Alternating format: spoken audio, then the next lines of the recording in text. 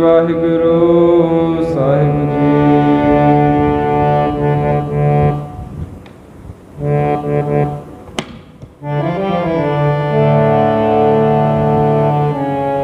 ਵਾਹਿਗੁਰੂ ਸਾਹਿਬ JIO. ਧੰਨ ਧੰਨ ਸ੍ਰੀ Guru Granth Sahib JIO ਮਹਾਰਾਜ।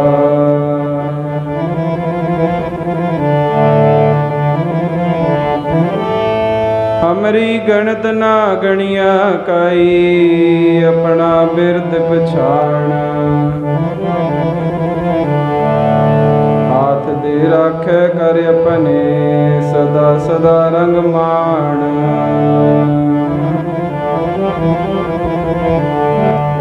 ਸਾਚਾ ਸਾਹਿਬ ਸਤ ਮਿਹਰਵਾਨ, ਬੰਧ ਪਾਇਆ ਮੇਰੇ ਸਤਿਗੁਰ ਪੂਰੈ, ਹੋਈ ਸਰਬ ਕਲਿਆਣ।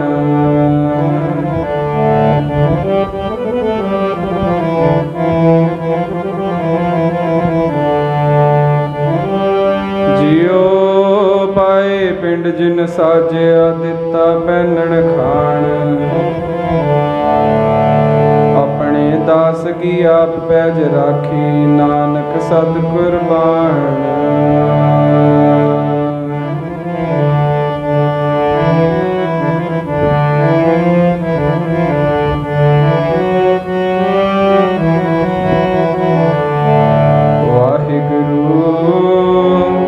ਬਿਰਦ ਪਛਾਣਿਆ ਆਪਣਾ, ਵਾਹਿਗੁਰੂ ਬਿਰਦ ਪਛਾਣਿਆ ਆਪਣਾ।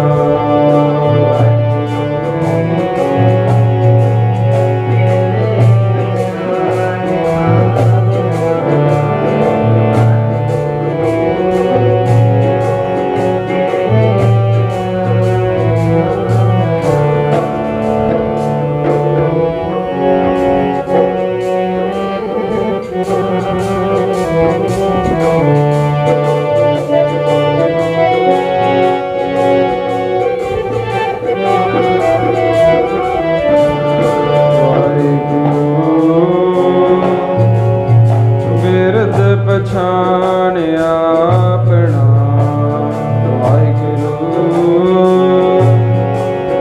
ਬਿਰਦ ਪਛਾਣਿਆ ਆਪਣਾ।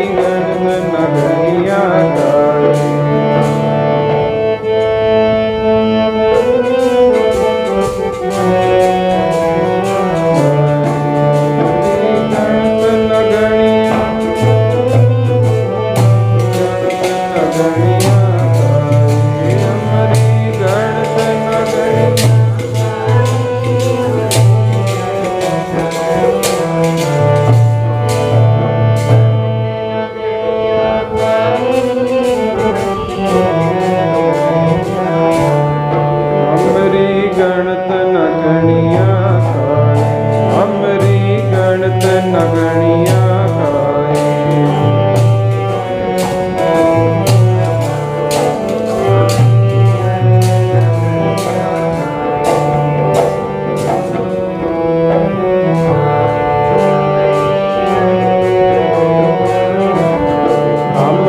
गणत नगणिया हमरी गणत नगणिया खाई।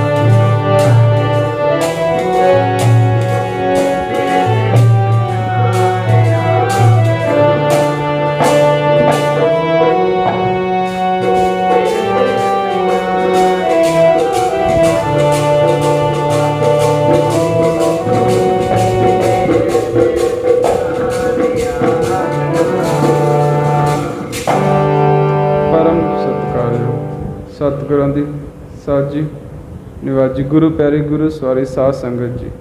ਰਸਨਾ ਪਵਿੱਤਰ ਕਰੋ, ਗੁਰੂ ਮਹਾਰਾਜ ਜੀ ਦੀ ਫਤਿਹ ਨਾਲ ਸਾਂਝ ਪਾਓ। ਸਾਰੇ ਇੱਕ ਵਾਰੀ ਗੱਜ ਕੇ ਆਖੋ ਜੀ ਵਾਹਿਗੁਰੂ ਜੀ ਕਾ ਖਾਲਸਾ ਵਾਹਿਗੁਰੂ ਜੀ ਕੀ ਫਤਿਹ। ਸਾਧ ਸੰਗਤ, ਕਾਫੀ ਸਮੇਂ ਤੋਂ ਆਪ ਸਤਿਗੁਰਾਂ ਦੇ ਸੱਚਖੰਡ ਦਰਬਾਰ ਦੀਆਂ ਹਾਜ਼ਰੀਆਂ ਭਰਦੇ ਹੋਏ ਗੁਰਬਾਣੀ ਦੇ ਕੀਰਤਨ ਔਰ ਗੁਰਮਤਿ ਦੇ ਵਿਚਾਰਾਂ ਦਾ ਆਨੰਦ ਮਾਣ ਜਾ ਰਹੇ ਹੋ। ਪੈਰਾਂ ਨਾਲ ਚੱਲ ਕੇ ਆਏ ਹੋ ਗੁਰੂ ਦਰਬਾਰ ਦੇ ਵਿੱਚ, ਆਪਣੇ ਪੈਰਾਂ ਨੂੰ ਪਵਿੱਤਰ ਕੀਤਾ ਹੈ। ਗੁਰੂ ਚਰਨਾਂ ਵਿੱਚ ਨਮਸਕਾਰ ਕਰਕੇ ਆਪਣਾ ਮਸਤਕ ਸਫਲਾ ਬਣਾਇਆ ਹੈ। ਸਤਿਗੁਰ ਜੀ ਔਰ ਗੁਰੂ ਰੂਪ ਸੰਗਤ ਦੇ ਦਰਸ਼ਨ ਕਰਕੇ ਆਪਣੇ ਨੇਤਰ ਪਵਿੱਤਰ ਕੀਤੇ ਹਨ। ਵਡਭਾਗੀਆਂ ਨੇ ਸ਼ਬਦ ਵਿੱਚ ਬੋਲ ਕੇ ਆਪਣੀ ਰਚਨਾ ਪਵਿੱਤਰ ਕੀਤੀ ਹੈ। ਕਾਫੀ ਸਮੇਂ ਤੋਂ ਆਪ ਗੁਰੂ ਚਰਨਾਂ ਵਿੱਚ ਜੁੜੇ ਬੈਠੇ ਹੋ। ਰਹਿੰਦੇ ਸਮੇਂ ਤੋਂ ਵੀ ਲਾਭ ਉਠਾਉਣ ਦਾ ਯਤਨ ਕਰੀਏ। ਆਪਣੇ ਖਿਆਲਾਂ ਨੂੰ ਬਾਹਰ ਜਾਣ ਤੋਂ ਰੋਕੋ। ਬੁੱਧ ਨੂੰ ਪੂਰਨ ਤੌਰ 'ਤੇ ਸ਼ਬਦ ਨਾਲ ਜੋੜ ਲਓ। ਜਿਨ੍ਹਾਂ ਨੇ ਹਾਲੇ ਤੱਕ ਵੀ ਆਪਣੀ ਰਚਨਾ ਨੂੰ ਪਵਿੱਤਰ ਨਹੀਂ ਕੀਤਾ, ਗੁਰੂ ਦੀ ਪਵਿੱਤਰ ਬਾਣੀ ਦਾ ਗਾਇਨ ਨਹੀਂ ਕੀਤਾ, ਉਸ ਸ਼ਬਦ ਵਿੱਚ ਬੋਲ ਕੇ ਆਪਣੀ ਰਚਨਾ ਸਫਲ ਕਰੋ ਜੀ।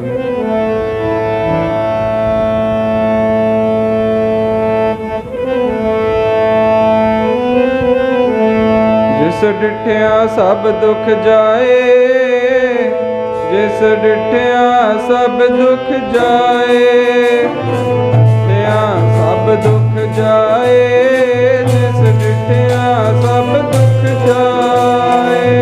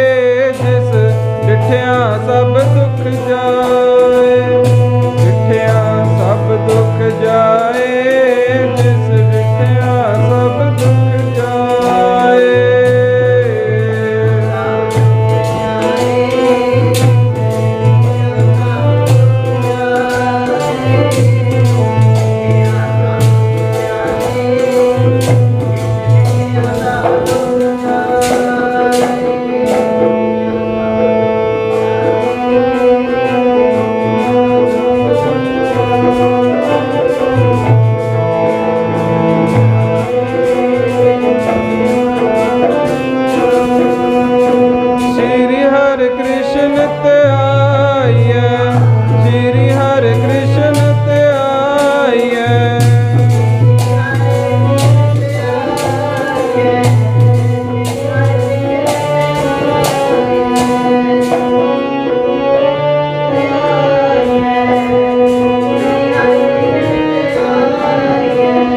श्री हरि कृष्ण त्याइए,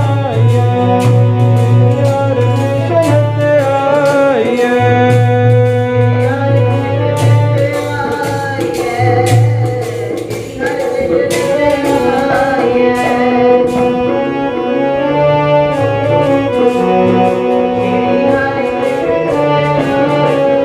जिस डिठिया सब दुख जाए, डिठिया सब दुख जाए।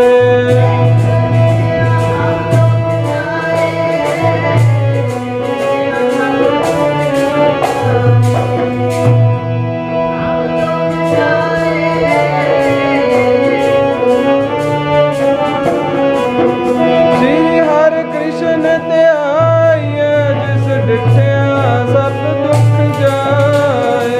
श्री हरि कृष्ण त्याइए, जिस डिठिया सब दुख जाए।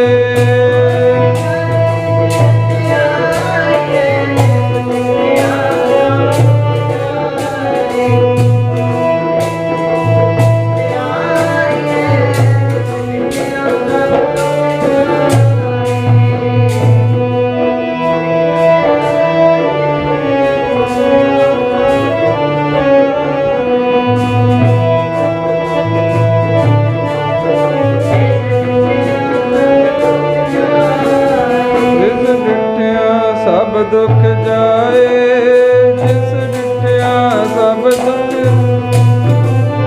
डिठिया सब दुख जाए, जिस डिठिया सब दुख जाए।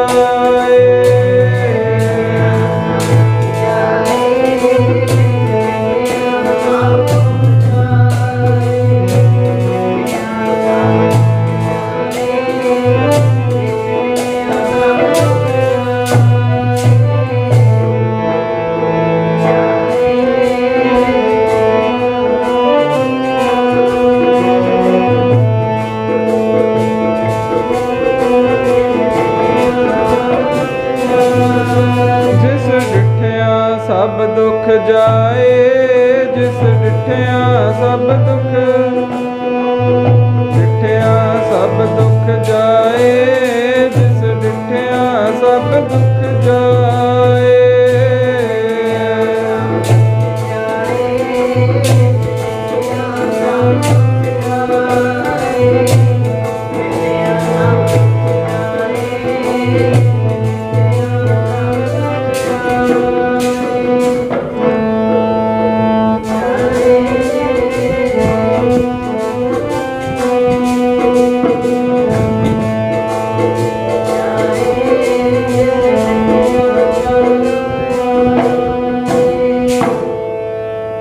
प्रथम भगवती सिमर कर गुरु नानक ਲਈ ਧਿਆਏ।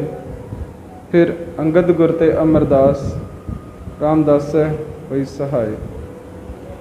अर्जन हर गोबिंदो सिमरो श्री हर राय। श्री हर कृष्ण ਧਿਆਈਏ, जिस डिठे सब दुख जाए। ਧੰਨ ਗੁਰੂ ਹਰਕ੍ਰਿਸ਼ਨ ਸਾਹਿਬ ਜੀ ਮਹਾਰਾਜ, ਜਿਨ੍ਹਾਂ ਦਾ ਪਿਛਲੇ ਕੁਝ ਦਿਨਾਂ ਦੇ ਪਿੱਛੇ, ਕੁਝ ਦਿਨ ਪਹਿਲਾਂ ਬੜੀ ਸ਼ਰਧਾ ਔਰ ਬੜੇ ਉਤਸ਼ਾਹ ਦੇ ਨਾਲ ਪ੍ਰਕਾਸ਼ ਪੁਰਬ ਮਨਾਇਆ। ਸੋ ਉਹਨਾਂ ਦੇ ਪਵਿੱਤਰ ਜੀਵਨ ਦੇ ਬਾਬਤ ਆਪਾਂ ਸੰਖੇਪ ਜੀ ਵਿਚਾਰ ਕਰਨੀ। ਵੈਸੇ ਵੀ ਸਤਿਗੁਰ ਜੀ ਦਾ ਇਤਿਹਾਸ ਬਹੁਤ ਵਿਸਥਾਰ ਵਾਲਾ ਨਹੀਂ, ਉਹਨਾਂ ਦੇ ਜੀਵਨ ਨਾਲ ਸੰਬੰਧਿਤ ਕੁਝ ਕੁ ਘਟਨਾਵਾਂ ਦਾ ਹੀ ਜ਼ਿਕਰ ਮਿਲਦਾ ਹੈ। ਜਿਤਨੇ ਵੀ ਇਤਿਹਾਸ ਦੇ ਪੁਰਾਤਨ ਸਰੋਤ ਹਨ ਉਹਨਾਂ ਦੇ ਵਿੱਚੋਂ, ਪਰ ਜੋ ਗੁਰੂ ਘਰ ਦੀ ਰੋਹ ਰੀਤ, ਗੁਰੂ ਘਰ ਦੀ ਪਰੰਪਰਾ ਚੱਲੀ ਆ ਰਹੀ, ਸਾਡੇ ਗੁਰੂ ਸਾਹਿਬਾਨ ਹਮੇਸ਼ਾ ਅਧਿਕਾਰੀ ਦੇਖ ਕੇ ਹੀ ਬਖਸ਼ਿਸ਼ ਕਰਦੇ ਰਹੇ। ਗੁਰੂ ਨਾਨਕ ਦੇਵ ਜੀ ਮਹਾਰਾਜ ਨੇ ਆਪਣੇ ਸੇਵਕ ਲਹਿਣੇ ਨੂੰ ਅਧਿਕਾਰੀ ਜਾਣਿਆ, ਉਹਨਾਂ ਨੂੰ ਗੁਰੂ ਅੰਗਦ ਥਾਪ ਦਿੱਤਾ। ਸਾਹਿਬ ਗੁਰੂ ਅੰਗਦ ਦੇਵ ਜੀ ਮਹਾਰਾਜ ਜੀ ਨੇ ਬਾਬਾ ਅਮਰਦਾਸ ਜੀ ਨੂੰ ਅਧਿਕਾਰੀ ਜਾਣਿਆ, ਉਹਨਾਂ ਨੂੰ ਤੀਸਰੇ ਗੁਰੂ ਨਾਨਕ ਥਾਪ ਦਿੱਤਾ। ਨਾਨਕ ਗੁਰ ਤੇ ਗੁਰ ਹੋਆ ਵੇਖੋ ਤਿਸ ਕੀ ਰਜਾਏ। ਸਾਹਿਬ ਗੁਰੂ ਅਮਰਦਾਸ ਜੀ ਮਹਾਰਾਜ ਜੀ ਨੇ जेठा जी ने अधिकारी जानिया, उन्हां दे उपर बख्शिश की। सोढ़ी श्रेष्ठ सगल ताਰਨ को अब गुरु रामदास को मिली वड्डाई। उन्हां दी सेवा दे उपर त्रुठ के सब विद मान्यो मन, तभी भयो प्रसन्न।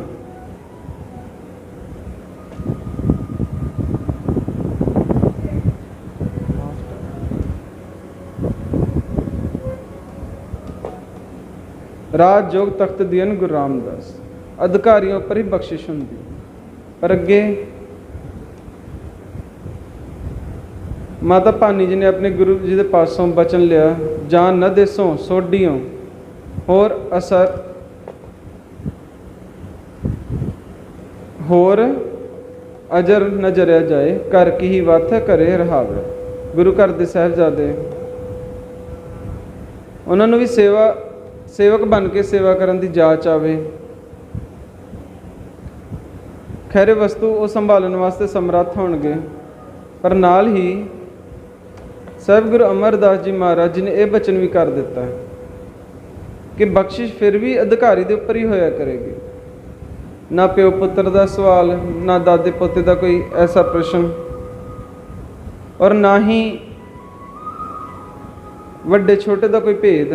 जिहड़ा भी अधिकारी होवेगा, पहला तो साहिब गुरु रामदास जी महाराज जी ने ही बख्शिश अपने छोटे साहिबजादे उपर की। पंजव पातशाह साहिब गुरु अर्जन देव जी महाराज, खैर गुरु अर्जन देव जी महाराज जी के को एक साहिबजादे सन, मीरी पीरी दे पातशाह गुरु हरगोबिंद साहिब जी, उन्होंने अगे 5 साहिबजादे सन।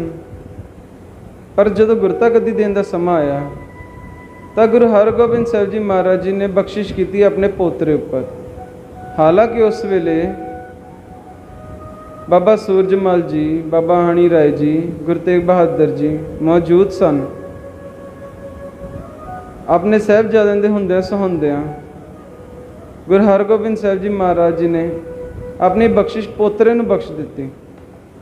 साध संगत गुरु हर राय साहिब जी महाराज जी के 2 पुत्र ने, वड्डे ने बाबा राम राय जी और छोटे ने श्री हरकृष्ण साहिब जी। हुण इत्थे संगतां दे मन दे विच संशय पैदा हो सकता है कि जिस वेले गुरु हरकृष्ण साहिब जी महाराज जी गुरता गद्दी के उपर सुशोभित होए, उदों उन्हां दी अवस्था 5.5 साल की सी। गुरु जी अधिकारी देख के ही बख्शिश करते सन ना गुरु गद्दी दी। उन्होंने किहड़ी परख की कसौटी उत्ते खड़े उतरे। साध संगत उन्हों का जिक्र आता इतिहास दे विच, श्री गुरु प्रताप सूरज ग्रंथ दे विच आप जी का करता कवि चूड़ामणि भाई संतोख सिंह जी ने इस प्रसंग नूं बयान किया है कि गुरु हर राय साहिब जी महाराज जी चरणों दे विच एक सिख ने आके बेनती की, गरीब निवाज बड़ा लम्मा पैंडा तय करके बड़ी दूरों चल के आया, सबब नाल आप जी दर्शन करने का सबब मिले, अवसर प्राप्त होया है, मुड़ के पता नहीं जिंदगी दे विच ऐसा सबब बने या ना बने। उन्होंने समय दे विच अजकल जैसे साधन नहीं सन, आबादी बहुत घट, जंगलात बहुत ज़्यादा सन, दूरों दूरों संगतां सालां बदी या बड़े दिनों बाद, महीनों बाद, वरियां बाद आउंदे। इस चीज़ नूं सोचते हुए सिख ने बेनती की कि गरीब निवाज दम का तो कोई पता ही नहीं है कि कदों खत्म हो जाए। मेरे मन का एक शंका है, मेरे मन का एक संकल्प है कि आप जी 2 साहिबजादे ने, श्री राम राय जी और श्री हरकृष्ण साहिब जी, जो गुरु घर दे विच ये परंपरा चल पई है कि रहनी तो घर दे विच ही है। सो आप कृपा करके दसो आपने बख्शिश किहड़े साहिबजादे उपर करनी है, कितना क वक्त लगेगा।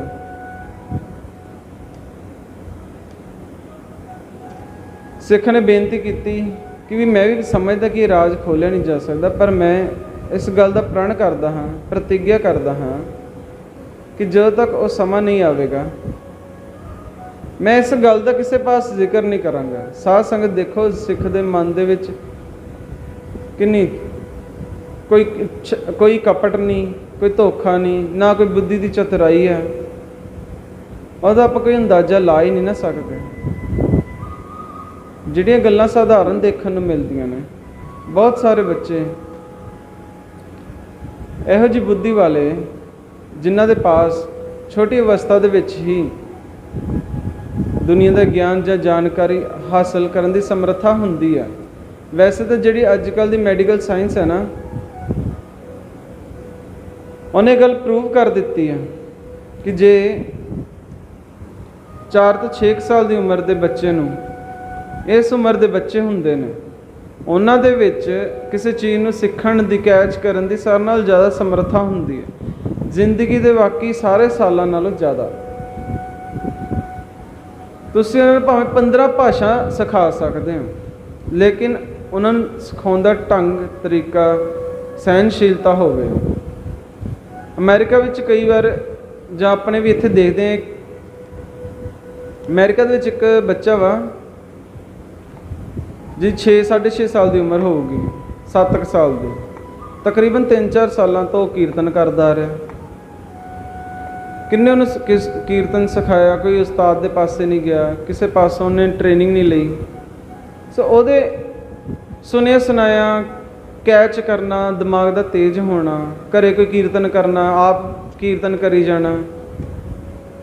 ਜਦੋਂ ਉਹਨਾਂ ਦੇ ਮਾਤਾ ਪਿਤਾ ਗੁਰਦੁਆਰਾ ਸਾਹਿਬ ਕੀਰਤਨ ਕਰਦੇ, ਔਰ ਜਦੋਂ ਗੁਰਦੁਆਰਾ ਸਾਹਿਬ ਕੀਰਤਨ ਵੀ ਹੁੰਦਾ, ਉਸ ਨੂੰ ਲੈ ਕੇ ਜਾਂਦੇ, ਉੱਥੋਂ ਉਤਸ਼ਾਹ ਪ੍ਰਾਪਤ ਕਰਦਾ। ਸੋ ਇਸੇ ਤਰ੍ਹਾਂ ਹੀ ਆਪਣੇ ਵੀ ਇੱਥੇ ਇੱਕ ਦੇਖਦੇ, ਇੱਕ ਬੱਚਾ ਬੜਾ ਸੋਹਣਾ 10 ਸਾਲ ਦਾ, ਉਹ ਵੀ ਬੜਾ ਸੋਹਣਾ ਕੀਰਤਨ ਕਰਦਾ। ਇਹ ਆਪਾਂ ਦੇਖਦੇ ਹੀ ਹਾਂ। ਤੁਹਾਡੀ ਦ੍ਰਿਸ਼ਟੀ ਦੇ ਵਿੱਚ ਵੀ, ਜਾਣਕਾਰੀ ਦੇ ਵਿੱਚ ਇਹੋ ਜਿਹੇ ਬੱਚੇ ਹੋਣਗੇ, ਹੋ ਸਕਦੇ ਨੇ। ਖੈਰ ਧਿਆਨ ਦਿਓ, ਇਹ ਕੋਈ ਅਣਹੋਣੀ ਗੱਲ ਨਹੀਂ।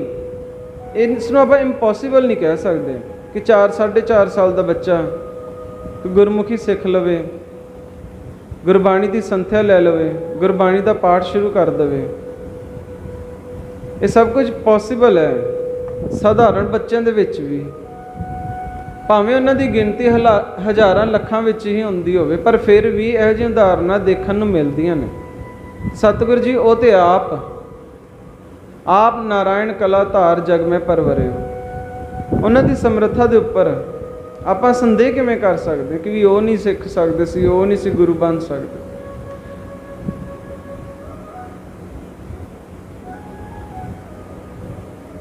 ਸੋ ਉਹ ਸਿੱਖ ਪਹਿਲਾਂ ਕੀਰਤਨ ਸੁਣਦਾ ਰਿਹਾ, ਭੁੱਲ ਹੀ ਗਿਆ ਕਿ ਮੈਂ ਕਿਸ ਮਨੋਰਥ ਵਾਸਤੇ ਆਇਆ।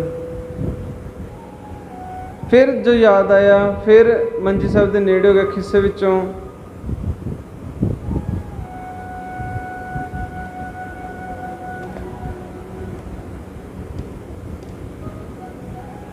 ਕਹਿੰਦੇ ਕਿ ਸਿੱਖ ਨੂੰ ਨਿਸ਼ਚਾ ਹੋ ਗਿਆ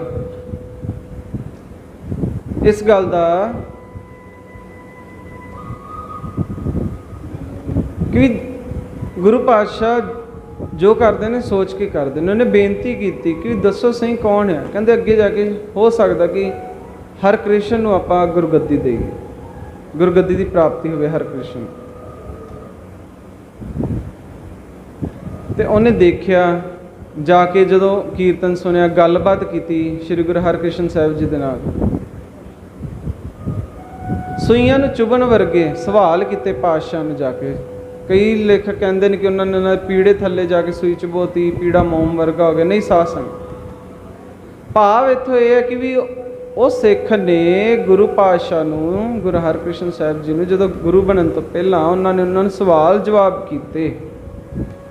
ਉਹਨਾਂ ਸਵਾਲਾਂ ਦੇ ਜਵਾਬ ਸੁਣ ਕੇ ਉਹ ਮੋਮ ਵਾਂਗੂ ਪਿਘਲ ਗਿਆ, ਖੁਦ ਮੋਮ ਵਾਂਗੂ ਪਿਘਲ ਗਿਆ।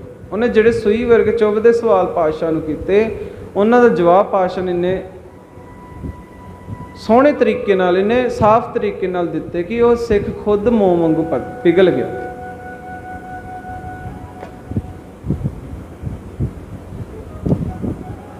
ਸੋ ਉਹਨੇ ਫਿਰ ਉਦੋਂ ਹੱਥ ਜੋੜ ਕੇ ਬੇਨਤੀ ਕੀਤੀ ਕਿ ਮਨ ਦੇ ਵਿੱਚ ਕਿ ਵੀ ਜਿਹੜੇ ਇਹਨਾਂ ਸਵਾਲਾਂ ਦੇ ਜਵਾਬ ਦੇ ਸਕਦੇ ਨੇ, ਇੰਨੇ ਭਾਰੀ ਸਵਾਲਾਂ ਦੇ ਜਵਾਬ ਦੇ ਸਕਦੇ ਨੇ, ਚੁਭਣ ਵਾਲੇ ਸਵਾਲਾਂ ਦੇ ਜਵਾਬ ਦੇ ਸਕਦੇ ਨੇ, ਤਾਂ ਇਹ ਅੱਗੇ ਜਾ ਕੇ सिख पंथ नूं बहुत सोहणे तरीके नाल भी चला सकदे। उन्होंने ये परख की, सतवें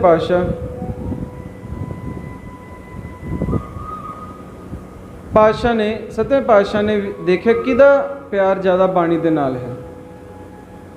किसी ने बाणी नूं बाणी गुरु गुरु है बाणी विच बाणी अमृत सारे, गुरबाणी कहे सेवक जन मानै प्रतख गुरु निस्तारे। बाबा राम राय जी उन्हां दे बाबत जे अगर आप विचार करिए, साध संगत बाबा राम राय जी कोई साधारण हैसियत नहीं सी, वो भी बड़े वड्डे शख्सियत सन।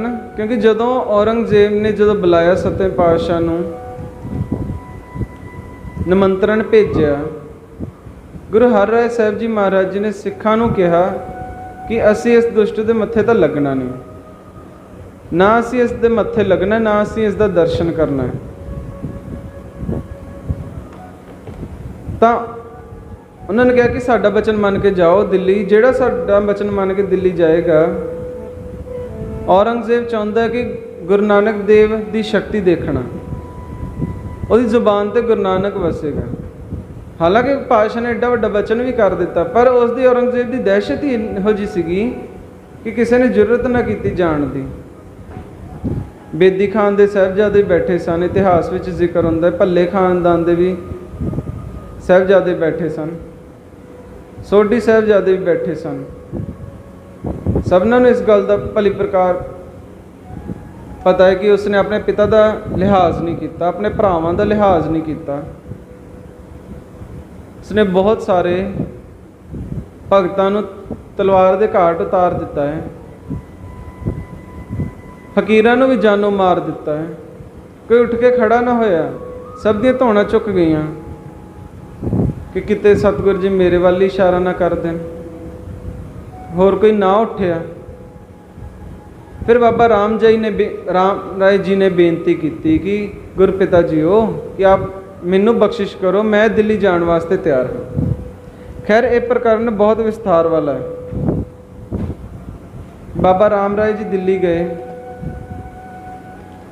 गुरु हरराय साहब जी महाराज जिन्होंने अपने बेअंत जिन्हें उन्होंने बेअंत बख्शिशा नाल निवाज के भेजा, कोई हिदायतां भी कीतियां कि गुरबाणी का अदब रखना, जिहड़ी गुरु घर की रोह रीत है उसनों आँच नहीं आउण देनी। तो बाबा राम राय जी दिल्ली पहुँचे, उत्थे जाके गुरु नानक देव जी के घर दी पावर्स दिखाइयां, हैसियत दिखाई, ये समुचे दरबारी दस्या कि साडे बाणी दे विच की लिखिया है कि गुरु नानक पातशाह की कहते हैं, कित्थों तक हिम्मत रखते हैं हथ पाउण दी। पर उन्होंने सही माने तो अपने गुरु पिता के बचनों के उपर पहरा न दिता, करामातां करनी शुरू कर दित्तियां। गुरु पातशाह नूं दिल्ली तो सारिया खबरां मिलदियां रहियां, आप शांत रहे, कोई बचन ना कीता। पर जदों इस गल का पता लग्या कि साडे साहिबजादे ने तां गुरबाणी का भी अदब नहीं रखिया, औरंगजेब की खुशामदी वास्ते मिट्टी मुसलमान की बजाय मिट्टी बेईमान कर दिता। धन गुरु हरराय साहब जी महाराज जी जिहड़े अपने गुरसिखां नूं मुखातब हो गए बचन कर रहे हैं कि जो सिख गुरबाणी भै करे। गुरु हरराय साहब जी महाराज जी का कह रहे हैं इतिहास बारे, भाई संतोख सिंह जी कह रहे हैं उन्होंने इतिहास बारे कि उहदे विच जिक्र है कि सतगुरु जी गुरसिखां नूं बाणी की वडियाई पवित्र करा रहे हैं कि जिन्हां दे हिरदे विच गुरबाणी का अदब है, भै है। जो सिख गुरबाणी भै करे बिना प्रयास भवसागर तरे, और बगैर किसी होर प्रयास तो, बगैर किसी जतन तो इस संसार सागर नूं तर जाएगा, भवसागर तो पार हो जाएगा। पर जिन्हां दे हिरदे अंदर गुरबाणी का भै ही नहीं, जिन भै बाणी अदब ना धारा, जानो सो सिख नहीं हमारा, साडा सिख ही नहीं है, वो सिखी तो खारज है। साध संगत धन गुरु हरराय साहब जी महाराज उन्होंने अपने साहिबजादे का भी लिहाज नहीं किया, उन्होंने भी सिख बिरादरी दे विचों छेक दिता। ਤੇ ਸਾਰਿਆਂ ਨੂੰ ਕਹਿਤਾ, ਹੁਕਮਨਾਮੇ ਭੇਜ ਦਿੱਤੇ। ਕਿਸੇ ਨੇ ਵੀ ਸਾਡੇ ਸਾਹਿਬਜ਼ਾਦੇ ਨੂੰ ਭੇਟਾਂ ਨਹੀਂ ਅਰਪਣ ਕਰਨੀ, ਕਿਸੇ ਨੇ ਉਸ ਦਾ ਦਰਸ਼ਨ ਤੱਕ ਨਹੀਂ ਕਰਨਾ।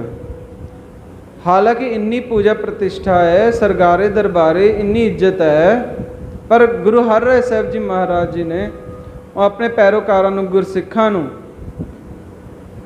ਕਿ ਕਿਸੇ ਨੇ ਉਸ ਨੂੰ ਆਪਣੀ ਭੇਟਾ ਨਹੀਂ ਅਰਪਣੀ। ਸਾਰਿਆਂ ਨੇ ਇਸ ਗੱਲ ਤੋਂ ਵਰਜ ਦਿੱਤਾ, ਕਿਸੇ ਨੇ ਉਸ ਦਾ ਦਰਸ਼ਨ ਨਹੀਂ ਕਰਨਾ।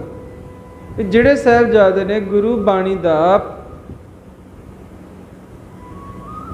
ਉਸ ਦੀ ਮਰਿਆਦਾ ਦਾ ਖਿਆਲ ਨਹੀਂ ਰੱਖਿਆ, ਉਸ ਨੂੰ ਸਿੱਖੀ ਤੋਂ ਵਰਜ ਦਿੱਤਾ।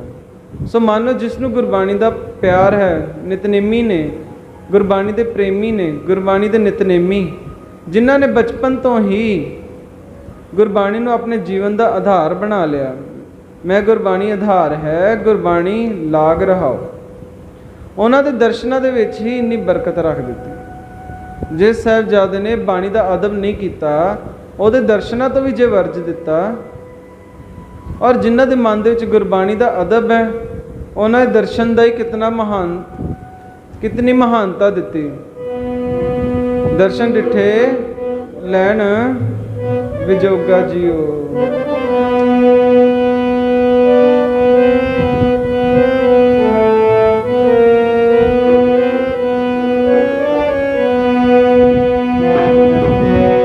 ਜਿਸ ਡਿਠਿਆ ਸਭ ਦੁੱਖ ਜਾਏ, ਜਿਸ ਡਿਠਿਆ ਸਭ ਦੁੱਖ ਜਾਏ, ਜਿਸ ਡਿਠਿਆ ਸਭ ਦੁੱਖ ਜਾਏ, ਜਿਸ ਡਿਠਿਆ ਸਭ ਦੁੱਖ ਜਾਏ।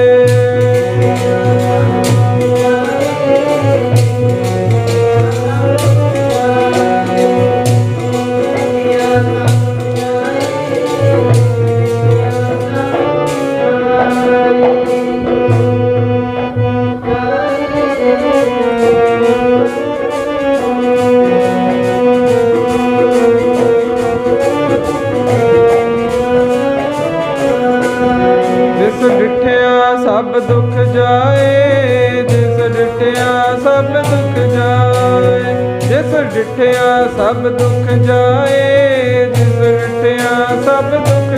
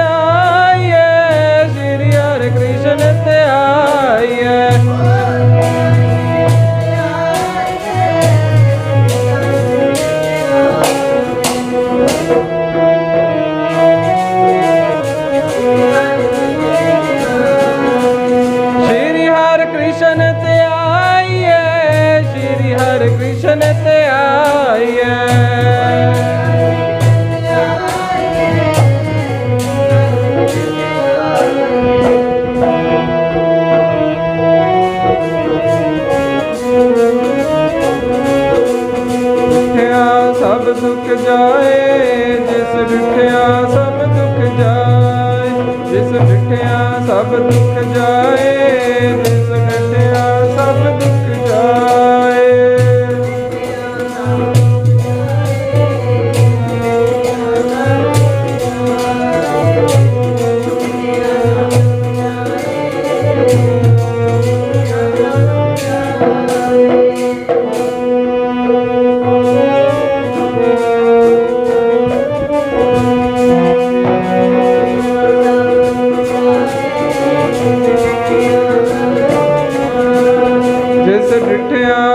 दुख जाए, जिस रिठिया सब दुख जाए। रिठिया सब दुख जाए, जिस रिठिया सब दुख जाए।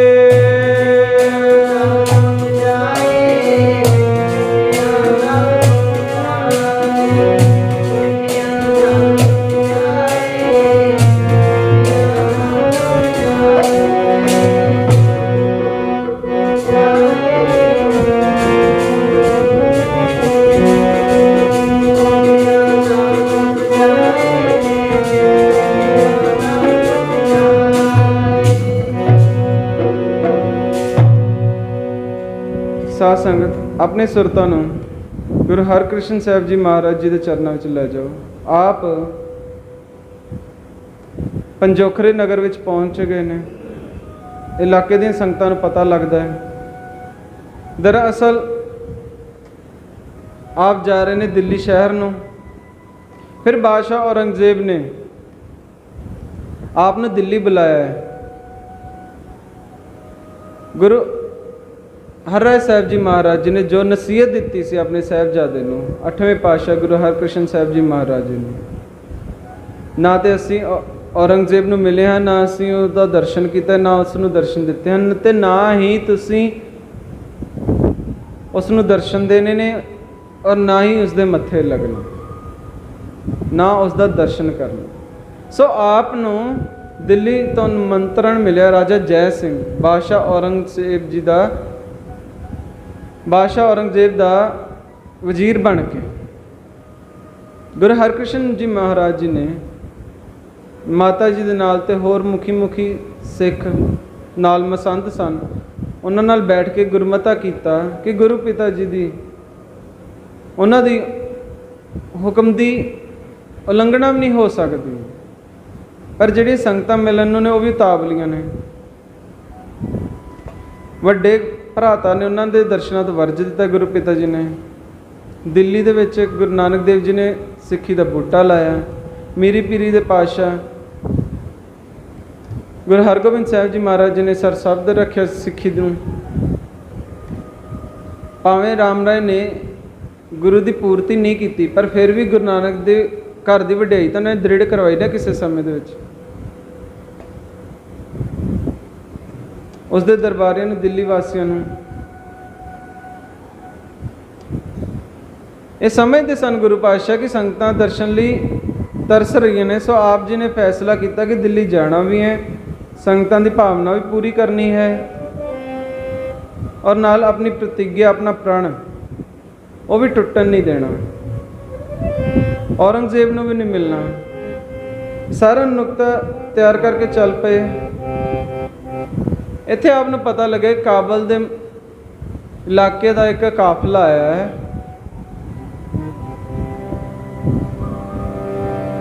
ਸਤਿਗੁਰੂ ਜੀ ਨੂੰ ਤਾਂ ਪਤਾ ਸੀ ਉਹਨਾਂ ਨੇ ਕੀ ਭਾਣਾ ਵਰਤਾਉਣਾ ਹੈ, ਪਰ ਉਹਨਾਂ ਨੇ ਦੇਖਿਆ ਕਿ ਸੰਗਤਾਂ ਇੰਨਾ ਲੰਬਾ ਪੈਂਡਾ ਤੈਅ ਕਰਕੇ ਗਏ, ਸੋ ਆਪ ਜੀ ਨੇ ਉੱਥੇ ਆਪਣਾ ਡੇਰਾ ਤੈਅ ਕਰ ਲਿਆ।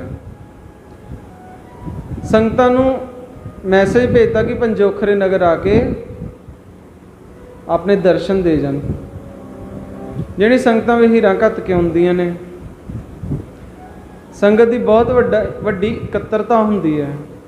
ਫਿਰ ਸਤਿਗੁਰੂ ਜੀ ਆਪਣੇ ਤਖਤ ਦੇ ਉੱਪਰ ਸੁਸ਼ੋਭਿਤ ਹੁੰਦੇ ਨੇ। ਸੀਸ ਦੇ ਉੱਪਰ ਬੜਾ ਕੀਮਤੀ ਚੰਦੋਆ ਤਾਣਿਆ ਜਾਂਦਾ ਹੈ।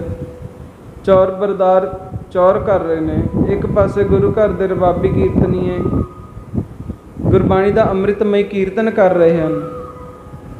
ਦੂਸਰੇ ਪਾਸੇ ਬਹੁਤ ਸਾਰੇ ਸੂਰਮੇ ਸ਼ਸਤਰ ਵਸਤਰ ਸਜਾ ਕੇ ਤਿਆਰ ਬਰ ਤਿਆਰ ਬੈਠੇ ਨੇ, ਕਿਉਂਕਿ 7ਵੇਂ ਪਾਤਸ਼ਾਹ ਗੁਰੂ ਹਰਿਰਾਏ ਸਾਹਿਬ ਜੀ ਮਹਾਰਾਜ ਆਪਣੇ ਨਾਲ ਘੋੜ ਸਵਾਰ ਰੱਖਿਆ ਕਰਦੇ। ਉਹਨਾਂ ਨੇ ਵੀ ਅੱਗੇ ਇਹੀ ਹੁਕਮ ਕੀਤਾ ਕਿ ਤੁਸੀਂ ਵੀ ਹਮੇਸ਼ਾ ਆਪਣੇ ਨਾਲ 2200 ਘੋੜ ਸਵਾਰ ਤਿਆਰ ਬਰ ਤਿਆਰ ਰੱਖਣੇ ਨੇ। ਇੱਕ ਪਾਸੇ ਸੂਰਮੇ ਬੈਠੇ ਨੇ ਸ਼ਸਤਰ ਵਸਤਰ ਸਜਾਈ, ਔਰ ਦੂਸਰੇ ਪਾਸੇ ਗੁਰਬਾਣੀ ਦਾ ਅੰਮ੍ਰਿਤਮਈ ਸ਼ਾਂਤਦਾਇਕ ਕੀਰਤਨ ਹੋ ਰਿਹਾ ਹੈ। ਦੂਰ ਤੱਕ ਸ਼ਾਮਿਆਨੇ ਲੱਗੇ ਨੇ।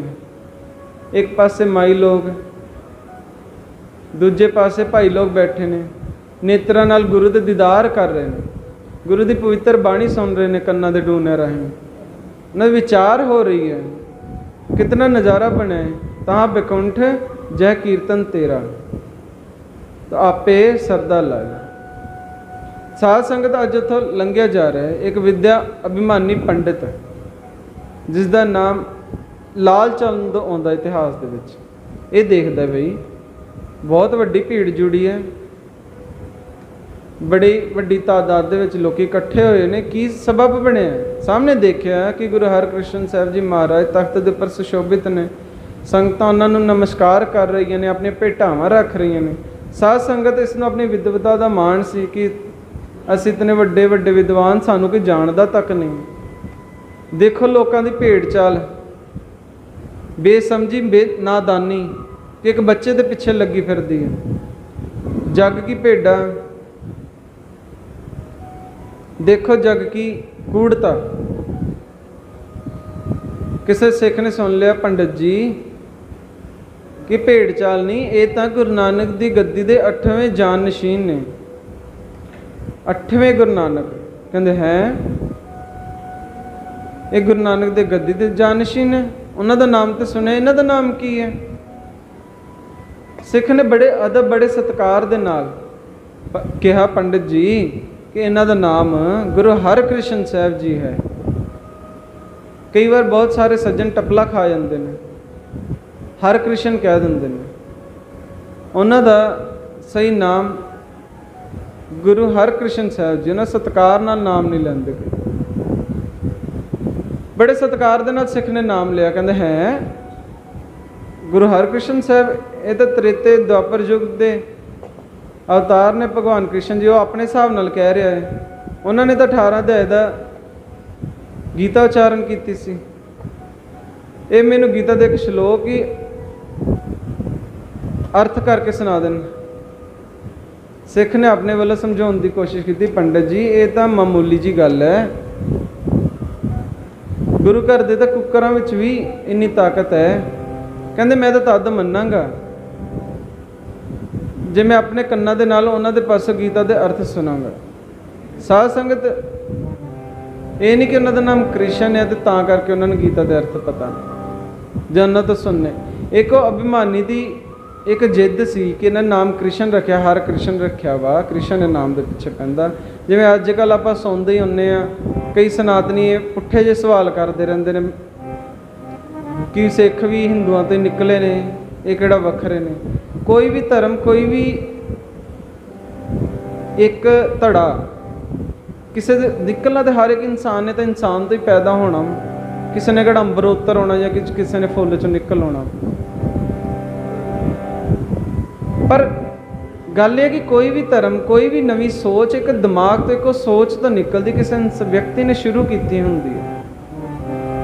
उस सोच नूं, उस अलग पंथ नूं एक नाम दिता जाता जो कि गुरु नानक देव जी ने अपनी सोच दे विच पंथ तैयार किया, सिख पंथ। सो इहो ਜਿਹੇ सवालों के विच फस के नहीं रहना चाहिए। आपां कोशिश करनी चाहिए इन्हों इग्नोर कर दो, सीधा उन्होंने जवाब दो कि भी धर्म कोई किसी बंदे का नहीं बनया होया, धर्म एक सोच का नाम है, एक नवी वखरी सोच का नाम है धर्म। वखरी सोच का नाम सिख है, वखरी सोच का नाम हिंदू है। हो पैदा तो इंसान ही होया, इंसान ने धर्म पैदा किए, ना कि धर्मां ने इंसान पैदा किए। इंसान ने धर्म नूं तैयार किया, ना कि धर्मां ने इंसान नूं तैयार किया। सो कोशिश करिए यह फालतू के सवालों तो बच के रहा करिए। सो वो अभिमानी पंडित कहता कि भी जेकर ये अर्थ सुनाउण तां मैं मन्ना कि ये महान ने। तो कहते पंडित जी तुसीं इत्थे रुको, मैं सतगुरु जी के चरणों में जाके बेनती करदा हाँ, शायद तुहाडी बेनती प्रवान हो जाए। सिख गया, सतगुरु जी के चरणों में बेनती की, गरीब निवाज बाहर एक विद्या अभिमानी पंडित खड़ा है। प्रतीत हुंदा उसने विद्या तो बहुत लई है पर उसनूं समझ नहीं है। वो तुहाडे पासों तुहाडी मुबारक पवित्र रचना तो गीता के अर्थ सुनना चाहता। हुण आपां साध संगत पातशाह कहते कि बुलाओ उसनूं, असीं उसनूं गीता के अर्थ करके सुनाते। सिख नूं चाह चढ़ गया, पंडित जी आ जाओ, सतगुरु जी की कृपा हो गई। पर साध संगत आपां कदे सोचे कि भी पातशाह ने गीता के अर्थ कहते भी असीं सुनावांगे। उन्होंने कदे भी किसी वेद तो किसी ग्रंथ तो नफरत नहीं की, क्योंकि पुराने समय दे विच जिवें आपां अज इंग्लिश मैथ पंजाबी हिंदी अलग अलग सबजैक्ट पढ़ते हैं, आपां की करदे बच्चों नूं कहने कि भी नहीं जी हिंदी अपनी नहीं, आपां नहीं पढ़नी हैगी। जो स्कूल का सिलेबस है जो पढ़ाया जाता उही पढ़ते हैं। पुराने समय दे विच संस्कृत और हिंदी भाषा ज़्यादा चलती सी, उस कारण ज़्यादातर सारिਆਂ ਨੂੰ वेदां दे शास्त्रां दा ज्ञान हुंदा ही हुंदा सी ते भाषावां नूं पढ़ाया जाता सीगा। उस समय दे विच जो भी विज्ञान जो भी विद्या चलती सी समय के अनुसार, सरकारी विद्या जां कह लो जां दुनियावी विद्या जो भी सीगी, जो भी भाषावां चलदियां सी भाषावां नूं सिखाईयां जांदियां सन, तां जो कि आउंदे समय दे विच चल रहे समय दे विच उन्हां नूं विचरण दी आसानी हो जाए। आपां अजकल आकड़ दे विच आके आपां अपने बच्चों नूं गीता तो छड्डो, आपां ते अपने गुरु पातशाह दे गुरु महाराज दे जिहड़ा आपां ने गुरु महाराज ने धन धन श्री गुरु ग्रंथ साहिब जी महाराज, उन्हां दी नहीं कदे उन्हां नूं आपां अर्थ सिखाए, कदे उन्हां दे अर्थ नहीं पढ़ने सिखाए। तां गीता महाभारत कुरान बाइबल इन्हां दे आपां उत्थों उन्हां नूं कित्थों अर्थ सिखा देने। आप इन्हां नाल अपना कोई वैर नहीं है, आपां बस ज्ञान प्राप्त करना है कि किस व्यक्ति ने किहड़ा ज्ञान लिखा है, कि वह ज्ञान सही है जां नहीं, उस नूं विचार के विचर के आपां नूं खुद ज्ञान के बारे पता होगा, ਤਾਂ ਹੀ ਆਪਾਂ ਕਿਸੇ ਨਾਲ ਵਿਚਾਰ ਕਰਨ ਜੋਗੇ ਹੋਵਾਂਗੇ। ਆਪਾਂ ਕਦੇ ਨਿਤਨੇਮ ਨਹੀਂ ਕਰਦੇ, ਨਾ ਨਿਤਨੇਮ ਨੂੰ ਸਮਝਦੇ, ਨਾ ਅੰਮ੍ਰਿਤ ਵੇਲੇ ਉੱਠ ਕੇ ਕਿਤਾਬਾਂ ਪੜ੍ਹਦੇ, ਨਾ ਨਿਤਨੇਮ ਕਰਦੇ ਆ, ਨਾ ਆਪਾਂ ਨਾ ਦਿਮਾਗ ਦੀ ਤੰਦਰੁਸਤੀ ਵੱਲ ਧਿਆਨ ਦਿੰਦੇ, ਨਾ ਸਰੀਰ ਦੀ ਤੰਦਰੁਸਤੀ ਵੱਲ ਧਿਆਨ ਦਿੰਦੇ। ਸਿਰਫ ਗਾਤਰੇ ਪਾ ਕੇ ਫੁਕਰੀਆਂ ਮਾਰਨ ਨਾਲ ਕੁਝ ਨਹੀਂ ਹੁੰਦਾ। ਜੇਕਰ ਸਾਨੂੰ ਗਿਆਨ ਨਹੀਂ, ਅਸੀਂ ਇਹ ਨਹੀਂ ਕਹਿੰਦੇ ਕਿ ਸਾਨੂੰ ਬਹੁਤ ਜ਼ਿਆਦਾ ਗਿਆਨ ਹੋ ਗਿਆ, ਪਰ ਨਹੀਂ ਸਾਧ ਸੰਗਤ ਜਿੰਨਾ ਵੀ ਹੈ ਅਸੀਂ ਜਿੰਨਾ ਵੀ ਵੱਧ ਤੋਂ ਵੱਧ ਗਿਆਨ ਪ੍ਰਾਪਤ ਕਰ ਲਈਏ ਸੰਸਾਰ ਦੇ ਚ ਉਹ ਥੋੜ੍ਹਾ ਹੈ। ਸੋ ਕੋਸ਼ਿਸ਼ ਕਰਿਆ ਕਰੀਏ ਕਿ ਫੁਕਰੀਆਂ ਮਾਰਨ ਨਾਲੋਂ ਜ਼ਿਆਦਾ ਵਧੀਆ ਵਾ ਜੇ ਅਗਰ ਅਸੀਂ ਉਸ ਗਿਆਨ ਨੂੰ ਪ੍ਰਾਪਤ ਕਰਕੇ ਦਿਮਾਗ ਤੋਂ ਚੱਲਣਾ ਸ਼ੁਰੂ ਕਰੀਏ, ਦਿਮਾਗ ਨੂੰ ਤਾਕਤਵਰ ਬਣਾਈਏ, ਸਰੀਰ ਨੂੰ ਵੀ ਤਾਕਤਵਰ ਬਣਾਈਏ। ਕਿਸੇ ਦੇ ਪਿੱਛੇ ਲੱਗ ਕੇ ਨਹੀਂ ਕਿ ਉਹ ਨਹੀਂ ਹੈਗਾ ਮੈਂ ਇਕੱਲਾ ਕਿਵੇਂ ਕਰੂੰਗਾ। ਗੁਰੂ ਨਾਨਕ ਪਾਤਸ਼ਾਹ ਨੇ ਇਕੱਲਿਆਂ ਨਹੀਂ ਸ਼ੁਰੂ ਕੀਤਾ ਸੀ, ਉਹਨਾਂ ਨੇ ਤਾਂ ਗੁਰਬਾਣੀ ਵੀ ਇੱਕ ਓਂਕਾਰ ਤੋਂ ਸ਼ੁਰੂ ਕੀਤੀ ਸੀ, ਬਲਕਿ ਇੱਕ ਓਂਕਾਰ ਵੀ ਮੈਥ ਨੂੰ ਪੰਜਾਬੀ ਕੀ ਕਹਿੰਦੇ ਪਤਾ ਨਹੀਂ, ਮੈਥ ਦਾ ਇੱਕ ਲਿਖਿਆ ਵਾ ਜਿਹਨੂੰ ਆਪਾਂ ਵਨ ਕਹਿ ਦਿੰਦੇ। ਉਹਨਾਂ ਨੇ ਇਹ ਵੀ ਨਹੀਂ ਕਿ ਪੰਜਾਬੀ ਦੇ ਵਿੱਚ ਈੜੀ ਨੂੰ ਸਿਹਾਰੀ ਉੱਪਰ ਅੱਧਾ ਕੱਕਾ ਜਾਂ ਈੜੀ ਨੂੰ ਸਿਹਾਰੀ ਕੱਕਾ ਨਹੀਂ ਲਿਖਿਆ, ਉਹਨਾਂ ਨੇ ਮੈਥ ਦਾ ਇੱਕ ਯੂਜ਼ ਕੀਤਾ, ਭਾਵ ਕਿ ਇੱਕ ਦਾ ਮਤਲਬ ਇੱਕ, ਨਾ ਕਿ 3 ਅਕਸ਼ਰਾਂ ਜਾਂ 2.5 ਅਕਸ਼ਰਾਂ ਦੇ ਨਾਲ ਬਣਾਉਣ ਦੀ ਕੋਸ਼ਿਸ਼ ਨਹੀਂ ਕੀਤੀ ਇੱਕ ਨੂੰ, ਉਹਨਾਂ ਨੇ ਇੱਕ ਤੋਂ ਸ਼ੁਰੂ ਕੀਤਾ। ਸੋ ਅਸੀਂ ਵੀ ਕੋਸ਼ਿਸ਼ ਕਰੀ ਕਿ ਵੀ ਇੱਕ ਹੋਈਏ। ਅਸੀਂ ਉਸ ਇੱਕ ਨੂੰ ਨਹੀਂ ਸਮਝ ਸਕੇ, ਅਸੀਂ ਉਸ ਇੱਕ ਨੂੰ ਨਹੀਂ ਆਪਣੇ ਅੰਦਰ ਵਸਾ ਸਕੇ, ਤਾਂ ਅਸੀਂ ਕਿਹੜੀਆਂ ਫੁਕਰੀਆਂ ਮਾਰਨ ਦੀ ਕੋਸ਼ਿਸ਼ ਕਰਦੇ ਹਾਂ ਕਿ ਅਸੀਂ ਗਾਤਰੇ ਪਾ ਕੇ ਅਸੀਂ ਕਹਿੰਦੇ ਹਾਂ ਕਿ ਵੀ ਅਸੀਂ ਗੁਰੂ ਮਹਾਰਾਜ ਦੇ ਜਿੱਥੇ ਬੇਅਦਬੀ ਹੁੰਦੇ ਨੇ ਇੱਥੇ ਸਤਿਕਾਰ, ਉਹਨਾਂ ਦੇ ਜਿਵੇਂ ਸਤਿਕਾਰ ਕਮੇਟੀਆਂ ਕੀ ਬਣੀਆਂ ਹੁੰਦੀਆਂ ਨੇ, ਉਹ ਆਪਾਂ ਦੇਖਦੇ ਹਾਂ। ਇਹ ਨਹੀਂ ਕਹਿੰਦੇ ਕਿ ਵੀ ਆਪਾਂ ਨੂੰ ਗੁਰੂ ਮਹਾਰਾਜ ਦੀ ਇੱਜ਼ਤ ਨਹੀਂ ਕਰਨੀ ਚਾਹੀਦੀ, ਇੱਜ਼ਤ ਕਰਨੀ ਚਾਹੀਦੀ ਆ, ਜਿੰਨੀ ਵੱਧ ਤੋਂ ਵੱਧ ਦਿਲੋਂ ਇੱਜ਼ਤ ਹੋਵੇ ਉਹ ਵੀ ਥੋੜ੍ਹੀ ਆ। ਪਰ ਜਾ ਕੇ ਲੋਕਾਂ ਨਾਲ ਧੱਕਾ ਕਰਨਾ, ਦੂਜੇ ਦੀ ਗੱਲ ਨਾ ਸੁਣ ਕੇ ਆਪਣੀ ਗੱਲ ਨੂੰ ਥੋਪਣਾ, ਇਹ ਸਮਝਦਾਰੀ ਵਾਲੀਆਂ ਗੱਲਾਂ ਨਹੀਂ ਹੁੰਦੀਆਂ। ਸੋ ਖੁਦ ਬਾਣੀ ਨੂੰ ਪੜ੍ਹੀਏ, ਖੁਦ ਬਾਣੀ ਨੂੰ ਸਮਝੇ ਵਿਚਾਰੀਏ, ਖੁਦ ਸਹਿਜ ਪਾਠ ਕਰੀਏ। ਸਹਿਜ ਪਾਠ ਕਰਾਂਗੇ ਤਾਂ ਸਾਨੂੰ ਬਾਣੀ ਦੀ ਸਮਝ ਆਊਗੀ, ਸਾਨੂੰ ਬਾਣੀ ਦੀ ਸਮਝ ਆਊਗੀ ਤਾਂ ਅਸੀਂ ਅਗਲੇ ਨਾਲ ਵਿਚਾਰ ਕਰਨ ਜੋਗੇ ਹੋਵਾਂਗੇ। ਸਾਨੂੰ ਖੁਦ ਨੂੰ ਨਹੀਂ ਪਤਾ ਕਿ ਅਸੀਂ ਕਿਸ ਰਸਤੇ 'ਤੇ ਜਾਣਾ, ਅਸੀਂ ਕੀ ਕਰਨਾ ਵਾ, ਅਸੀਂ ਐਡੇ ਗੱਲਾਂ ਕਰ ਦਿੰਦੇ, ਅਸੀਂ ਐਂ ਕਰ ਦਾਂਗੇ ਉਹ ਕਰ ਦਾਂਗੇ। ਪਹਿਲਾਂ ਗੁਰਬਾਣੀ ਨੂੰ ਤਾਂ ਘੱਟੋ ਘੱਟ ਸਮਝ ਲਈਏ, ਗੁਰਬਾਣੀ ਨੂੰ ਸਮਝੀਏ, ਫਿਰ ਉਸ ਤੋਂ ਬਾਅਦ 'ਚ ਹੋਰ ਧਰਮਾਂ ਦੇ ਗ੍ਰੰਥਾਂ ਨੂੰ ਵੀ ਘਰੇ ਲਿਆ ਕੇ ਪੜ੍ਹੋ, ਸਮਝੋ, ਵਿਚਾਰੋ। ਔਰ ਹਰ ਇੱਕ ਧਰਮ ਗ੍ਰੰਥ ਨੂੰ ਸਮਝਣ ਲਈ ਉਹਦੀ ਵਿਆਕਰਣ ਨੂੰ ਪਹਿਲਾਂ ਸਮਝਣਾ ਪੈਂਦਾ ਵਾ, ਕਿਉਂਕਿ ਹਰ ਇੱਕ ਭਾਸ਼ਾ ਨੂੰ ਸਮਝਣ ਲਈ ਉਹਦੀ ਵਿਆਕਰਣ ਬਣਾਈ ਤਿਆਰ ਕੀਤੀ ਜਾਂਦੀ ਹੈ, ਤਾਂ ਜੋ ਕਿ ਜਿਹੜੇ ਉਹਦੇ ਸਪਸ਼ਟ ਅਰਥ ਨੇ ਉਹ ਆਪਾਂ ਨੂੰ ਸਮਝ ਆ ਸਕੇ। ਆਪਾਂ ਕੀ ਕਰਦੇ ਹਾਂ, ਜਿਵੇਂ ਕਈ ਸਨਾਤਨੀ ਧਰਮ ਦੇ ਵਿਅਕਤੀ ਨੇ ਜਿਹੜੇ ਕਿ ਵੀ ਉਹ ਅਰਥ ਕਰਦੇ ਨੇ ਗੁਰਬਾਣੀ ਦੇ ਆਪਣੇ ਹਿਸਾਬ ਨਾਲ, ਉਹਨਾਂ ਦੀ ਖੁਦ ਹਿੰਦੀ ਵਿਆਕਰਣ ਦੇ ਹਿਸਾਬ ਨਾਲ, ਉਹ ਪੰਜਾਬੀ ਦੇ ਜੇ ਅਗਰ ਅਰਥ ਕਰਨਗੇ ਤਾਂ ਅਰਥਾਂ ਦੇ ਅਨਰਥ ਹੋਣਗੇ। ਹੁਣ ਜਿਵੇਂ ਮਾਫ਼ ਕਰਿਓ, ਹੈ ਤਾਂ ਗੁਰਬਾਣੀ 'ਚ ਲਿਖਿਆ ਹੋਇਆ, ਹੋ ਸਕਦਾ ਕਿਸੇ ਨੂੰ ਬੁਰਾ ਵੀ ਲੱਗ ਸਕੇ, ਜਿਵੇਂ ਲਿਖਿਆ ਜਾਂਦਾ ਵਾ ਛੋੜ ਅੰਨ ਕਰੇ ਪਖੰਡ ਨਾ ਸੁਹਾਗਨ ਨਾ ਰੰਡ। ਹੁਣ ਰੰਡ ਵਰਡ ਜਿਹੜਾ ਵਾ ਇਹ ਸਨਾਤਨੀ ਹਿੰਦੀ ਭਾਸ਼ਾ ਦੇ ਵਿੱਚ ਬਹੁਤ ਜ਼ਿਆਦਾ ਗੰਦਾ ਔਰ ਗਲਤ ਮੰਨਿਆ ਜਾਂਦਾ, ਪਰ ਗੁਰਬਾਣੀ ਦੇ ਵਿੱਚ ਇਸ ਨੂੰ ਗਲਤ ਨਹੀਂ ਮੰਨਿਆ ਗਿਆ। ਗੁਰਬਾਣੀ ਦੇ ਵਿੱਚ ਵਿਧਵਾ ਔਰਤ ਨੂੰ ਰੰਡ ਕਿਹਾ ਜਾਂਦਾ। ਸੋ ਹਰ ਇੱਕ ਵਿਆਕਰਣ ਦੇ ਆਪਣੇ ਇੱਕ ਅਰਥ ਹੁੰਦੇ ਨੇ, ਆਪਣੀ ਇੱਕ ਭਾਸ਼ਾ ਹੁੰਦੀ। ਜਿਸ ਭਾਸ਼ਾ ਨੂੰ ਸਮਝਣਾ ਵਾ ਤਾਂ ਉਸ ਭਾਸ਼ਾ ਨੂੰ ਸਮਝਣ ਲਈ ਸਾਨੂੰ ਉਸ ਦੀ ਵਿਆਕਰਣ ਵੀ ਵਰਤਣੀ ਪੈਂਦੀ। ਹੁਣ ਆਪਾਂ ਇੰਗਲਿਸ਼ ਦੇ ਵਿੱਚ ਵੱਟ ਯੂਜ਼ ਕਰਦੇ ਹਾਂ, ਪਰ ਪੰਜਾਬੀ ਦੇ ਵਿੱਚ ਵੱਟ ਤਾਂ ਪੈਂਦੇ ਨੇ, ਜਿਵੇਂ ਕੱਪੜਿਆਂ ਨੂੰ ਆਪਾਂ ਕਹਿੰਦੇ ਵੱਟ ਪੈ ਗਈ ਜਾਂ ਵੱਟੋ ਵੱਟੀ ਤੁਰਿਆ ਚੱਲ, ਮੱਥੇ ਤੇ ਵੱਟ ਪਾਈ ਫਿਰਦਾ। ਪਰ ਇੰਗਲਿਸ਼ ਦੇ ਵਿੱਚ ਜਿਹੜਾ ਵੱਟ ਆ ਉਹਦਾ ਮਤਲਬ ਹੁੰਦਾ ਕੀ। ਸੋ ਇਸ ਤਰ੍ਹਾਂ ਹੀ ਹਰ ਇੱਕ ਭਾਸ਼ਾ ਨੂੰ ਸਮਝਣ ਲਈ ਸਾਨੂੰ ਵਿਆਕਰਣ ਸਮਝਣ ਦੀ ਜ਼ਰੂਰਤ ਹੈ। ਸੋ ਆਪਾਂ ਫੁਕਰੀਆਂ ਲਈ ਨਹੀਂ ਬਾਣੀ ਨੂੰ ਸਮਝਣਾ, ਆਪਾਂ ਵਿਚਾਰ ਕਰਨ ਲਈ ਬਾਣੀ ਨੂੰ ਸਮਝਣਾ ਵਾ। ਜਿੱਥੇ ਵਿਚਾਰ ਰਲਦੀ ਵਿਚਾਰ ਕਰੀ ਜਾਓ, ਜਦੋਂ ਸਾਨੂੰ ਲੱਗਦਾ ਕਿ ਨਹੀਂ ਅਗਲਾ ਸਮਝਣ ਦੀ ਕੋਸ਼ਿਸ਼ ਨਹੀਂ ਕਰ ਰਿਹਾ, ਔਰ ਆਪਾਂ ਕਿਸੇ ਨੂੰ ਧੱਕੇ ਨਾਲ ਸਮਝਾਉਣਾ ਵੀ ਨਹੀਂ। ਕੋਈ ਸਮਝਦਾ ਸਮਝੇ, ਨਹੀਂ ਸਮਝਦਾ ਨਾ ਸਮਝੇ, ਉਹਦੀ ਪ੍ਰੋਬਲਮ ਹੈ ਆਪਣੀ। ਆਪਣੇ ਦਿਮਾਗ ਨੂੰ ਨਹੀਂ ਖਰਾਬ ਕਰਨਾ ਕਿਸੇ ਨੂੰ ਸਮਝਾਉਣ। ਉਨੀ ਕੁ ਦੇਰ ਸਮਝਾਓ ਜਿੰਨੀ ਕੁ ਦੇਰ ਤੱਕ ਤੁਸੀਂ ਸਮਝਾਉਣ ਜੋਗੇ ਖੁਦ ਹੋ। ਜਦੋਂ ਤੁਹਾਨੂੰ ਲੱਗਦਾ ਕਿ ਤੁਹਾਨੂੰ ਹੁਣ ਸਮਝਾਉਣ ਵੇਲੇ ਗੁੱਸਾ ਆ ਰਿਹਾ ਵਾ, ਤਾਂ ਉਸ ਨੂੰ ਕਹਿ ਦਿਓ ਕਿ ਮੈਂ ਇਸ ਤੋਂ ਵੱਧ ਨਹੀਂ ਸਮਝਾ ਸਕਦਾ, ਮੇਰੇ ਤੋਂ ਨਹੀਂ ਹੁੰਦੀ ਇੰਨੀ ਬਹਿਸ, ਸਤਿ ਸ਼੍ਰੀ ਅਕਾਲ, ਬਸ ਗੱਲ ਖਤਮ ਕਰ। ਹਰ ਇੱਕ ਗੱਲ 'ਤੇ ਆਪਾਂ ਤਲਵਾਰਾਂ ਚੱਕ ਕੇ ਬਹਿ ਜਾਂਦੇ ਹਾਂ, ਜੁੰਡੋ ਜੁੰਡੀ ਹੋ ਕੇ ਤੁਰੇ ਫਿਰਦੇ ਹਾਂ। ਉਹਦਾ ਕੀ ਫਾਇਦਾ? ਪੱਗਾਂ ਲਾਈ ਜਾਂਦੇ ਇੱਕ ਦੂਜੇ ਦੀਆਂ। ਇਹ ਕੋਈ ਸਾਧ ਸੰਗਤ ਬਹੁਤ ਸਿਆਣੀ ਗੱਲ ਨਹੀਂ। ਹੁਣ ਜਿਵੇਂ ਹੁਣ ਇੱਕ ਸਿਮਰਜੀਤ ਸਿੰਘ ਮਾਨ ਨੇ ਇੱਕ ਗੱਲ ਕਰਤੀ ਹੈ ਕਿ ਵੀ ਭਗਤ ਸਿੰਘ ਅੱਤਵਾਦੀ ਆ, ਇਹ ਕੋਈ ਸ਼ਹੀਦ ਨਹੀਂ ਸੀਗਾ। ਆਪਾਂ ਸ਼ੁਰੂ ਤੋਂ ਪੜ੍ਹਦੇ ਆ ਰਹੇ ਸ਼ਹੀਦ ਸੀਗਾ। ਹਾਂ, ਉਹਦਾ ਸਿੱਖ ਧਰਮ ਦੇ ਨਾਲ ਕੋਈ ਲਿੰਕ ਨਹੀਂ ਸੀਗਾ, ਉਹ ਸਿੱਖ ਨਹੀਂ ਸੀਗਾ, ਇਹ ਮੰਨ ਸਕਦੇ। ਇਹ ਕਿਤਾਬਾਂ 'ਚ ਵੀ ਲਿਖਿਆ, ਉਹਨੇ ਆਪ ਵੀ ਖੁਦ ਲਿਖਿਆ ਕਿ ਮੈਂ ਧਰਮ ਨੂੰ ਨਹੀਂ ਕਿਸੇ ਨੂੰ ਅਪਣਾਇਆ ਹੈਗਾ। ਉਹ ਕਾਮਰੇਡ ਇਨਸਾਨ ਸੀਗਾ, ਇੱਕ ਨੰਬਰ ਦਾ ਕਾਮਰੇਡ ਸੀਗਾ। ਤਾਂ ਕਿਸੇ ਵੀ ਧਰਮ ਨੂੰ, ਕਿਸੇ ਧੜੇ ਨੂੰ ਨਹੀਂ ਸੀ ਮੰਨਦਾ। ਇਹ 'ਚ ਕੋਈ ਸ਼ੱਕ ਵਾਲੀ ਗੱਲ ਨਹੀਂ ਹੈ। ਪਰ ਉਹਨੇ ਬਹੁਤ ਆਪਣੇ ਵੱਲੋਂ ਆਪਣੀ ਜਵਾਨੀ ਉਮਰ ਦੇ ਵਿੱਚ ਆ ਕੇ ਬਹੁਤ ਕੋਸ਼ਿਸ਼ ਕੀਤੀ ਅੰਗਰੇਜ਼ਾਂ ਨੂੰ ਭਜਾਉਣ ਲਈ, ਉਹਨਾਂ ਦੇ ਖਿਲਾਫ ਲੜਨ ਲਈ। ਉਹ ਆਪਾਂ ਗੱਲ ਕਰ ਸਕਦੇ ਕਿ ਹਾਂ ਵੀ ਉਹਨੇ ਸ਼ਹੀਦ ਹੋਇਆ ਇਸ ਕਾਰਨ ਨੂੰ ਕਹਿ ਸਕਦੇ। ਸੋ ਕੋਸ਼ਿਸ਼ ਕਰੀ ਕਿ ਹਾਂ, ਜੇ ਅਗਰ ਸਿਮਰਜੀਤ ਸਿੰਘ ਮਾਨ ਨੇ ਵੀ ਗੱਲ ਕੀਤੀ, ਬੰਦਾ ਮੈਨੂੰ ਵੀ ਬਿਲਕੁਲ ਪਸੰਦ ਨਹੀਂ ਹੈ, ਪਰ ਫਿਰ ਵੀ ਜੇਕਰ ਕਿਸੇ ਨੇ ਕੋਈ ਗੱਲ ਕੀਤੀ ਹੁੰਦੀ, ਪਹਿਲਾਂ ਉਸ ਦੇ ਬਾਰੇ ਵਿਚਾਰ ਕੀਤੀ ਜਾਵੇ। ਕਿਉਂਕਿ ਕਈ ਕਿਤਾਬਾਂ ਦੇ ਵਿੱਚ ਲਿਖਿਆ ਵੀ ਹੈ। ਮੈਂ ਇੱਕ ਦੋ ਵਿਅਕਤੀਆਂ ਨਾਲ ਵਿਚਾਰ ਕੀਤੇ, ਉਹ ਕਹਿੰਦੇ ਕਈ ਕਿਤਾਬਾਂ 'ਚ ਉਸ ਨੂੰ ਅੱਤਵਾਦੀ ਲਿਖਿਆ ਹੋਇਆ। ਕਿਉਂਕਿ ਸਰਕਾਰ ਦੀ ਨਜ਼ਰਾਂ ਦੇ ਵਿੱਚ ਕੋਈ ਵੀ ਇਨਸਾਨ ਉਹਨਾਂ ਦੇ ਖਿਲਾਫ ਜਾਂਦਾ ਤਾਂ ਉਹ ਅੱਤਵਾਦੀ ਹੀ ਕਹਿਲਾਇਆ ਜਾਂਦਾ। 84 ਵੇਲੇ ਭਿੰਡਰਾਂਵਾਲੇ ਨੂੰ ਅੱਤਵਾਦੀ ਕਿਹਾ ਗਿਆ, ਪਰ ਕੀ ਆਪਣੇ ਲਈ ਅੱਤਵਾਦੀ ਸੀ? ਨਹੀਂ। ਕਿਸ ਇਨਸਾਨ ਲਈ ਕੌਣ ਕੀ ਵੈਲਿਊ ਰੱਖਦਾ ਹੈ, ਉਸ ਦੇ ਉੱਪਰ ਡਿਪੈਂਡ ਕਰਦਾ। ਸਰਕਾਰ ਲਈ ਤਾਂ ਬਰਖਲਾਫ ਜਾ ਰਹੇ ਸੀ ਨਾ, ਇਸ ਕਰਕੇ ਸਰਕਾਰ ਲਈ ਤਾਂ ਅੱਤਵਾਦੀ ਹੀ ਰਹਿਣਗੇ, ਕੋਈ ਵੱਡੀ ਗੱਲ ਨਹੀਂ ਹੈ। ਭਗਤ ਸਿੰਘ ਅੱਤਵਾਦੀ ਸਰਕਾਰ ਲਈ ਸੀ, ਕੋਈ ਸ਼ੱਕ ਵਾਲੀ ਗੱਲ ਨਹੀਂ ਹੈ। ਉਸ ਸਮੇਂ ਦੀ ਸਰਕਾਰਾਂ ਨੇ ਕਿਤਾਬਾਂ 'ਚ ਲਿਖਿਆ, ਅਤੇ ਉਹ ਕਿਤਾਬਾਂ ਹਾਲੇ ਵੀ ਪਈਆਂ ਨੇ, ਅਤੇ ਉਹ ਕਿਤਾਬਾਂ 'ਚ ਲਿਖਿਆ ਹੀ ਰਹਿਣਾ ਵਾ। ਅਤੇ ਹੁਣ ਦੀ ਸਰਕਾਰਾਂ ਨੂੰ ਵੀ ਇਹੋ ਜਿਹੇ ਵਿਅਕਤੀਆਂ ਤੋਂ ਹਮੇਸ਼ਾ ਡਰ ਰਹਿੰਦਾ ਵਾ। ਉਹਨਾਂ ਲਈ ਤਾਂ ਉਹ ਵਿਅਕਤੀ ਹਮੇਸ਼ਾ ਹੀ ਅੱਤਵਾਦੀ ਰਹਿਣਗੇ, ਕਿਉਂ ਨਹੀਂ ਰਹਿਣਗੇ? ਸੋ ਇਹਨਾਂ ਫਾਲਤੂ ਦੀਆਂ ਗੱਲਾਂ ਦੇ ਉੱਪਰ ਭੜਕ ਕੇ ਆਪਾਂ ਜਦੋਂ ਆਪਣਾ ਦਿਮਾਗ ਖਰਾਬ ਕਰਦੇ ਹਾਂ, ਤਾਂ ਉਹਦੇ ਨਾਲ ਆਪਾਂ ਆਪਣੇ ਜੀਵਨ ਦੇ ਉੱਪਰ ਬਹੁਤ ਮਾੜਾ ਅਸਰ ਪਾਉਂਦੇ।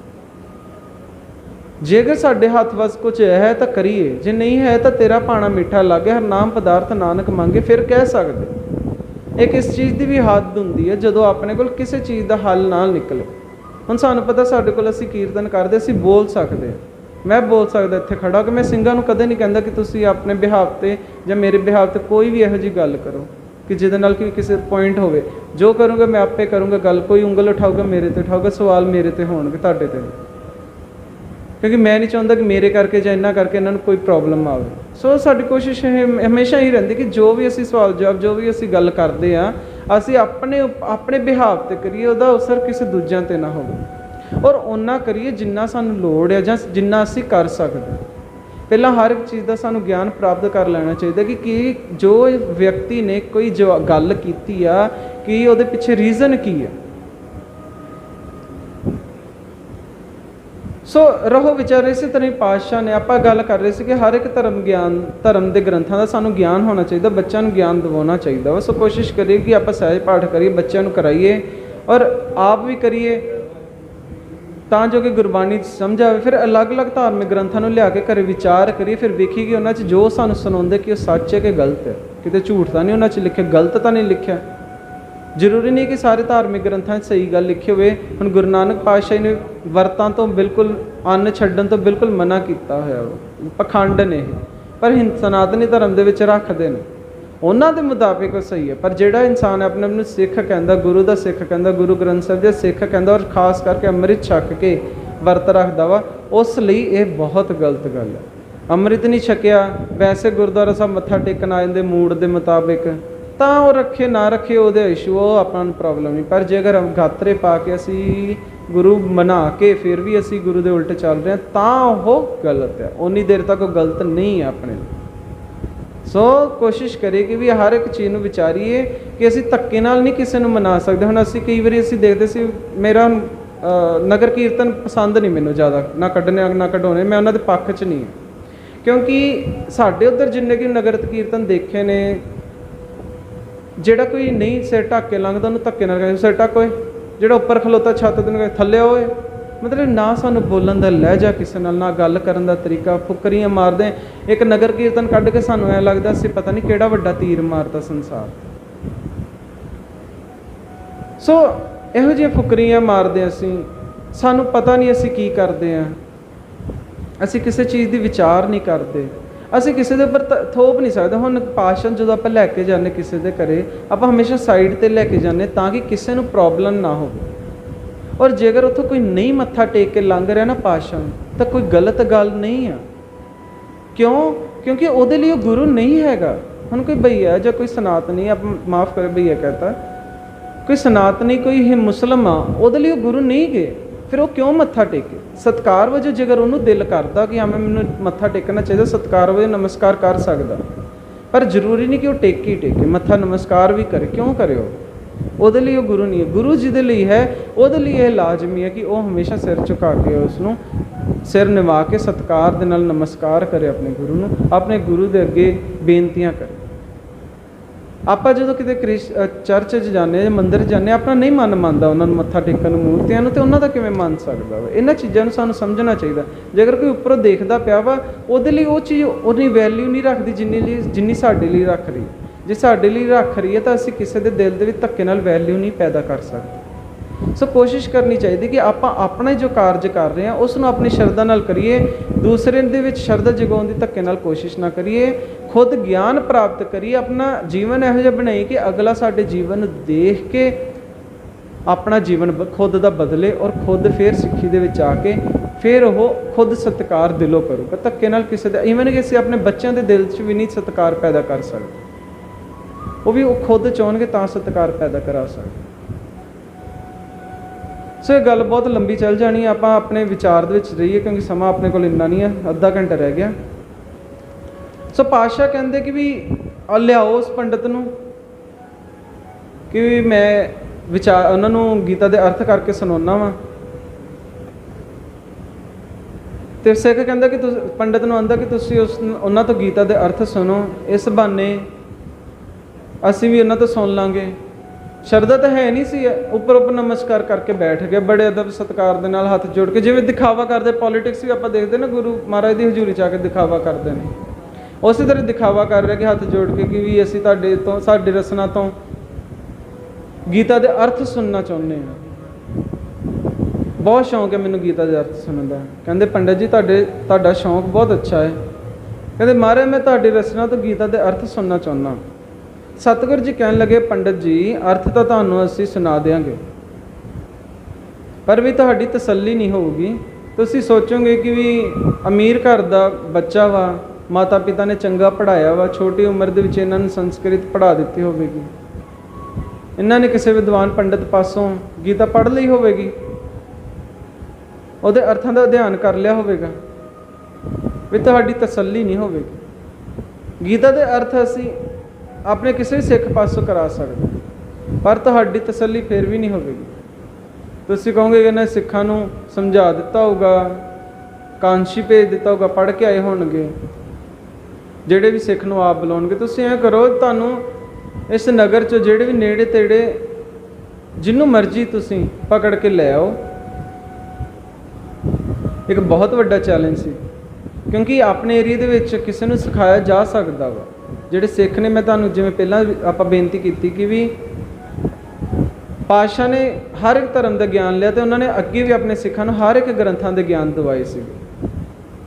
ਅਤੇ ਅਕਸਰ ਹੀ ਜੋ ਪਾਤਸ਼ਾਹ ਆਪਣੇ ਇਲਾਕੇ 'ਚ ਰਹੇ, ਉਹਨਾਂ ਨੇ ਆਪਣੇ ਇਲਾਕੇ ਦੇ ਸਾਰੇ ਸਿੱਖਾਂ ਨੂੰ, ਸਾਰੇ ਵਿਅਕਤੀਆਂ ਨੂੰ, ਕਿਉਂਕਿ ਹਰ ਇੱਕ ਵਿਅਕਤੀ ਨੂੰ ਦੂਸਰੇ ਗ੍ਰੰਥਾਂ ਦਾ, ਆਪਣੇ ਆਪਣੇ ਗ੍ਰੰਥਾਂ ਦਾ ਤਾਂ ਹੁੰਦਾ ਹੀ ਹੈ, ਪਰ ਆਪਣੇ ਸਿੱਖਾਂ ਨੂੰ ਵੀ ਸਾਰੇ ਗ੍ਰੰਥਾਂ ਦਾ ਅਧਿਐਨ ਕਰਵਾਇਆ। ਅਤੇ ਹੁਣ ਪੰਡਤ ਦੇ ਮਨ ਦੇ ਸ਼ੰਕਾ ਸੀਗੀ ਕਿ ਹੁਣ ਇੱਕ ਡਾਊਟ ਹੋ ਜਾਂਦਾ ਪੈਦਾ ਕਿ ਵੀ ਕੋਈ ਅਰਥ ਹੀ ਨਾ ਕਰਕੇ ਸੁਣਾ ਦੇਵੇ, ਕੋਈ ਇਹੋ ਜਿਹਾ ਲੱਭਾਂ ਜਿਹੜਾ ਅਰਥ ਨਾ ਕਰ ਪਾਵੇ। ਫਿਰਦਾ ਫਿਰਦਾ ਬਾਹਰ ਖੂਹ 'ਤੇ ਪਹੁੰਚ ਗਿਆ। ਉੱਥੇ एक भाई छज्जू, झीवर जाति का जन्म है, खूह चो पानी कढ़ रहे, लोग भर के ले जाई जा रहे हैं। जुबान तो घट बोलता सी, किसी की गल ज़्यादा सुनता नहीं सी।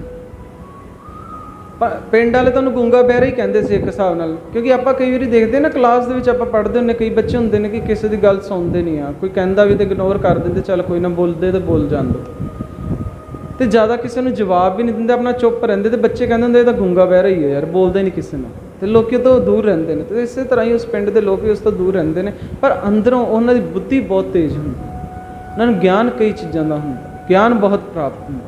इस तरह ही पिंड वाले ने आख्या कि ये तो गूंगा बहरा, ये बोलता किसी नाल है नहीं है, तो उन्होंने लगा कि चल शायद ये भी जो बोलता ही नहीं किसी नाल खास, कि उन्होंने की ज्ञान होगा, तो लै गया पातशाह को। महाराज ये पासों गीता के अर्थ करा के दिखाओ। तो पातशाह ने साध संगत सतगुरु जी ने भाई छज्जू दे उपर अपनी निगाह मारी, ज्ञान की निगाह मारी, समझ की निगाह मारी। उसनों मतलब जिवें आप विचार की कि उसने भी प्राप्त किया हो सकता ज्ञान, क्योंकि हर एक सिख नूं, हर एक व्यक्ति नूं अपने धर्मां दा, अपने ग्रंथां दा अध्ययन किया हुंदा, कईयां ने दूसरे ग्रंथां दा भी अध्ययन किया हुंदा। पातशाह ने अपनी मेहर भरी दृष्टि उन्हां दे उपर पाई। कृपा कटाख अवलोकन कीनो, दास का दुख बिदारे।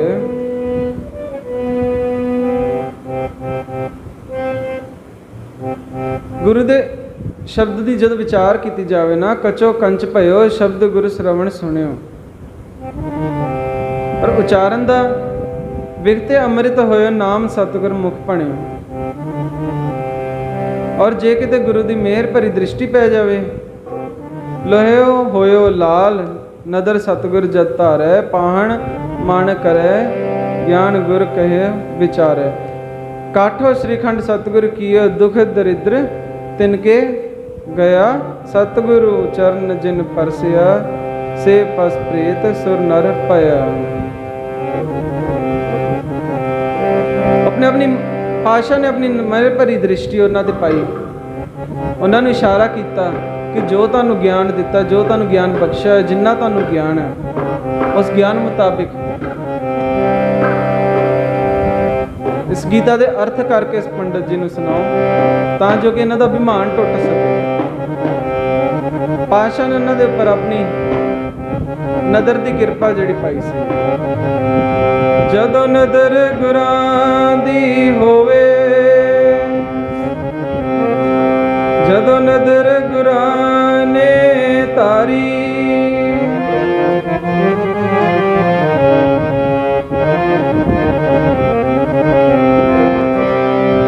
जदों नदर गुरां ने तारी, गुरां ने तारी, गुरां ने तारी, लोहे तो मैं लाल हो गया, जदों नदर गुरां ने तारी, लोहे तो मैं लाल हो गया, जदों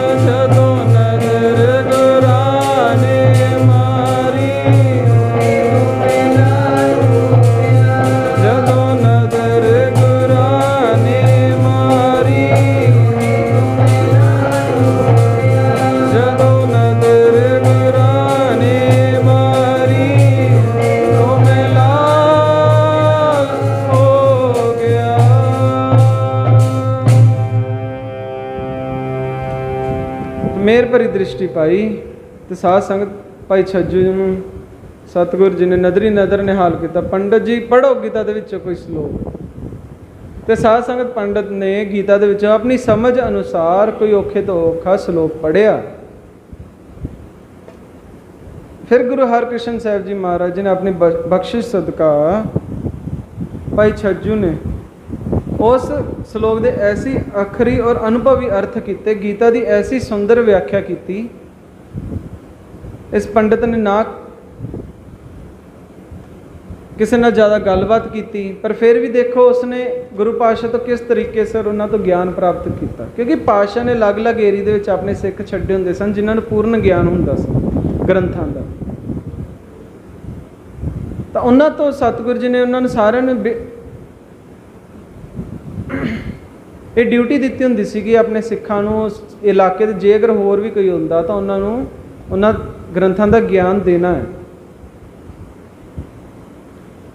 सो पातशाह कहने लगे पंडित जी कि इन्हां चीज़ों नाल कोई हंकार नहीं करीदा, ये चीज़ां हंकार लई नहीं, ये चीज़ां विचारन लई हुंदियां ने, समझण लई हुंदियां ने। पातशाह कहंदे कि वेद पुराण पढ़े को क्या गुण, खर चंदन जस पारा, राम नाम की गत नहीं जानी कैसे उतरस पारा। जे खोते के उपर चंदन लद दईए ना तो खोता सुगंधियां बेचण वाला गंद ही नहीं बन जाता, खोते का खोते ही रहिंदा है। उहदे लई तां चंदन भी एक भार रूप है। बिल्कुल इस तरह जे धार्मिक विद्या धार्मिक ग्रंथों का अध्ययन करके हंकार ही करना,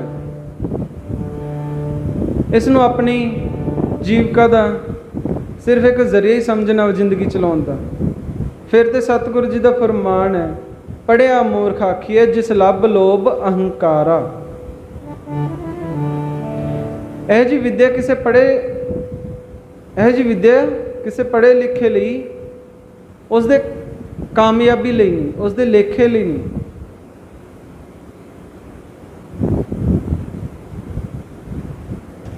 शुभ गुणां नूं धारण करना चाहिए है, उसनूं धारण भी करना चाहिए है, ताही अपना जीवन सफल है।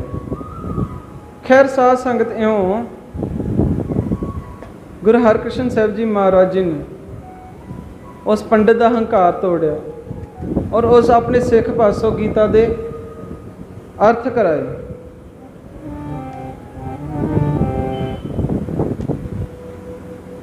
हसतो जैसो रोवत आवे, रोवत जैसो हसै, बसतो होए होए सो ऊजर, ऊजर होए सो बसै। जलते थल कर थलते कुआ, कूप तिमेर करावे, धरती ते आकाश चढ़ावे, चढ़े आकाश गिरावे। भिखारी ते राज करावे, राजा ते भिखारी। खल मूर्ख ते पंडित कर वो, पंडित ते मुगदारी। पिंगल पर्वत पार परे, खल खतर बकीता। उच्च कोटि का वक्ता बना दिंदा जे उसकी कृपा हो जाए। आपन खेल आप कर देखे, अपनी खेड उसने आप ही बनाई है, आप ही देख रहा है। पर जो उसकी इच्छा होनी है, उसने संकल्प करना है, किसी संकल्प के नाल खेल संकोचा है तो नानक एक है। एक ही संकल्प के नाल एक है अनेक है, अनेक हैं फिर एक है। ये सब कुछ परमात्मा ही कर रहे हैं। कहते नहीं महाराज कुछ तो कुछ बयान करो। सतगुरु जी कहते फिर सुनो, ठीक है भावें उसकी गतमित ज्ञान बयान नहीं की जा सकती,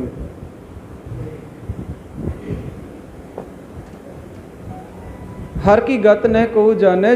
जोगी जति तपी पच हरे, अर बहु लोग सियाने। की कर सकते छिन में राख रंक को करी, राव रंक कर डारे। सिहा बाजा चरगा कहिए, इना खवाले का खान तिना मास खवाए। ए चलाए राह नदिया विच टिब्बे दिखाले, थली करे असगा। कीड़ा थाप दे पातशाही, लश्कर करे स्वाह। ਕਿਸੇ ਪਾਸ਼ਾ ਨੂੰ ਭਿਖਾਰੀ ਬਣਾਉਣ ਵਾਸਤੇ ਸਮਰੱਥ ਹੈ। ਕੀ ਕਰਦਾ ਹੈ?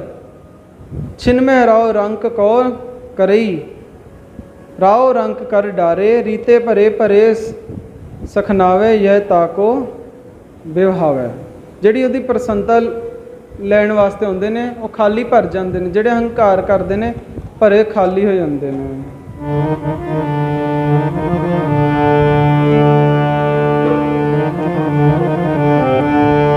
ਖਾਲੀ ਭਰ ਦੇਵੇ ਭਰਿਆਂ ਨੂੰ, ਖਾਲੀ ਕਰ ਦੇਵੇ, ਇਹੋ ਤੇਰੇ ਚੋਜ ਮਾਲਕਾ।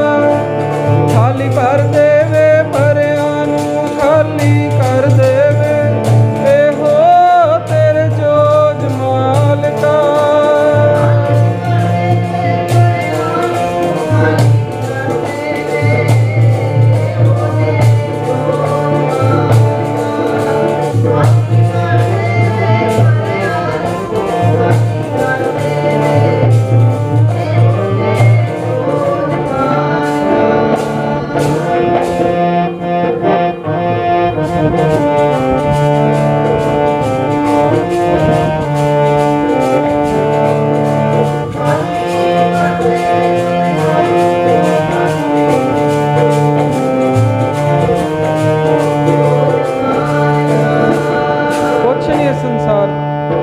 ਬਾਹਰ ਜਾ ਕੇ ਕੁਛ ਨਹੀਂ, ਜੋ ਵੀ ਪ੍ਰਾਪਤ ਕਰਨਾ ਇਨਸਾਨ ਨੇ ਸੰਸਾਰ ਦੇ ਵਿੱਚ ਹੀ ਪ੍ਰਾਪਤ ਕਰਨਾ।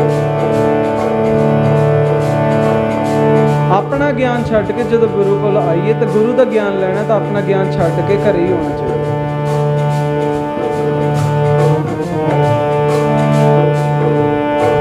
ਖਾਲੀ ਉਦੋਂ ਹੀ ਭਰ ਸਕਦਾ ਜਦੋਂ ਬੰਦਾ ਆਪਣਾ ਹੰਕਾਰ ਛੱਡੂਗਾ। ਜਿਹਨੇ ਅੰਦਰ ਹੰਕਾਰ ਭਰਿਆ ਉਹਨੇ ਕਿੱਥੋਂ ਗਿਆਨ ਦੀ ਪ੍ਰਾਪਤ ਕਰਨੀ, ਕਿੱਥੋਂ ਉਸਦੀ ਨਜ਼ਰ ਹੋ ਜਾਣੀ ਗਿਆਨ ਦੀ।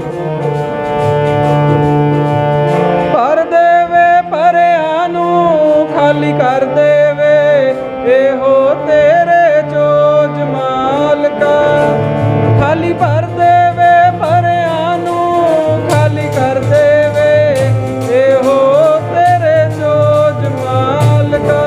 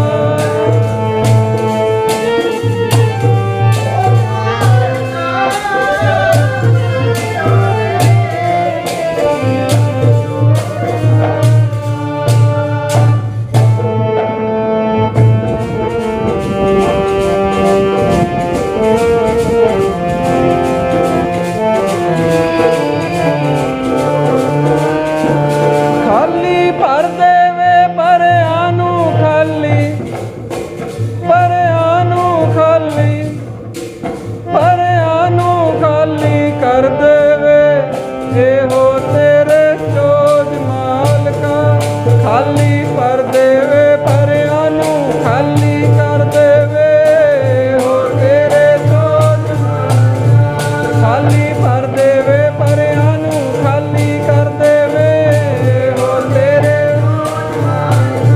ਖਾਲੀ ਕਰ ਦੇਵੇ ਪਰਿਆਂ ਨੂੰ ਖਾਲੀ ਕਰ ਦੇਵੇ ਹੋ ਤੇਰੇ ਖਾਲੀ ਕਰ ਦੇਵੇ ਖਾਲੀ ਕਰ ਦੇਵੇ ਪਰਿਆਂ ਨੂੰ ਖਾਲੀ ਕਰ ਦੇਵੇ ਖਾਲੀ ਕਰ ਦੇਵੇ ਪਰਿਆਂ ਨੂੰ ਖਾਲੀ ਕਰ ਦੇਵੇ ਖਾਲੀ ਕਰ ਦੇਵੇ ਪਰਿਆਂ ਨੂੰ ਖਾਲੀ ਕਰ ਦੇਵੇ ਖਾਲੀ ਕਰ ਦੇਵੇ ਪਰਿਆਂ ਨੂੰ ਖਾਲੀ ਕਰ ਦੇਵੇ ਜੋਗ ਮਾਲਨਾ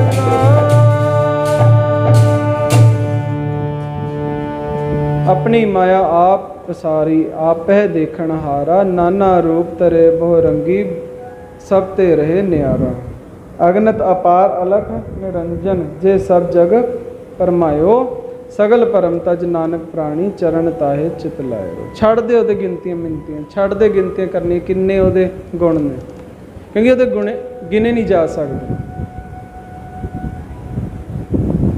उसदे गुण आप गिन नहीं सकते सो कोशिश करिए कि जिन्ने का अपना समझ आती है जिन्नी कि अपनी समझ अनुसार उसके विचार कर सके वध तो वध करनी भी चाहिए है पर उखड़े च सिर ना दईए जिन्ना क असी जिन्ने जिस योग्य है उन्ने के योग्य ही आप काम करिए उन्ने की ही आप विचार करिए जे आप हथों नाल लड़न योग्य है तो लड़िए जे नहीं है तो छड़ दो दिमाग नाल लड़न योग्य है तो कह दो कि सत श्री अकाल सानू नहीं इस बारे पता कि सानू इन्नी विचार नहीं करनी आती ये कोई बेइज्जती वाली नहीं गल हैगी आप किसी थले ये नहीं कि किसी थले लग जाना पर कई बार ये होंदा कि आप अज्ञानता के अधीन हो के कुछ इहो जी विचार दे विच इहो जी सांझ भर दिंदे आ कि जिहदे नाल पातशाह दे उपर उंगल चक्की जा सकदी सो कोशिश करिए कि आप अपने विचार में संकोच के किसी नाल विचार करिए जिथों तक हुंदी उन्नी क करिए नहीं हुंदी तां छड़ दिए वहमां भरमां तो दूर रहिए पखंडां तो दूर रहिए बाबियां तो दूर रहिए कोशिश करिए सिर्फ अपना एक ही बाबा एक अकाल पुरख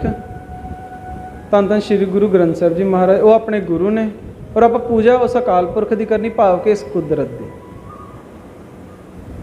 पूजा इस कुदरत की जिस दे विच इंसानियत भी होंदी है इंसान भी होंदे हर एक जीव होंदा वा हर एक चीज़ होंदी है जिस दे आप कई बार गुस्सा उतार लिया आप फोन तोड़ देने चीज़ां तोड़ देने पर कदे सोचा कि उहदे विच भी रब वसदा साइंस कहते कि लोहे नूं उपर एसिड डोलो तो लोहे नूं दर्द महसूस होंदा इत्थे हर एक चीज़ कन्न कंन दे विच रब वसदा वा उस नूं कन्न कंन दे विच लभना शुरू करिए विचोला साडा धन धन श्री गुरु ग्रंथ साहब जी ने प्राप्ति असीं उस अकाल पुरख दी करनी उस अकाल पुरख नूं असीं लभना अपने अंदरों लभना कन्न कंन दे विचों लभना गुरु नानक पातशाह ने कदे नहीं कहा कि मैं गुरु हाँ मैं किसी का गुरु बनन जा रहा हूँ या जो मैं ज्ञान दिता सिर्फ वो गुरु पातशाह ने कहा जो मैं ज्ञान दिता उसनों मनो उन्होंने समझो उसनों विचारो क्योंकि उन्होंने दूर जा के अफ्रीका अफगानिस्तान कित्थे कित्थे गए ने जिथे आप सोच नहीं सकते उस जगह पर जाके वो विचार की जिहदे बारे आप मैं भी कई बार सोचदा कि भी की साडे च इन्नी हिम्मत है कि असीं मक्का मदीना जाके कह सकते भी तुसीं गलत हो पैर करके बैठ जी बह सकते नहीं बैठ सकते क्योंकि पता उन्होंने कदों भड़का देना सानू फिर भी पातशाह उत्थे जाके बैठे उन्होंने उत्थे जाके वो समा जदों कि कोई किसी की सुनता नहीं सी हुंदा फिर भी उन्होंने सुनी पातशाह की लोगों ने सुनी समझी आप कहने कि मक्का घुमा दिता बल्कि मक्का नहीं सी घूमया पातशाह ने मक्के नूं नहीं घुमाया जो मक्का घुमाया तो एक जगह तो खलोता ऐ घूमूगा नहीं तो ऐ होना चाहिए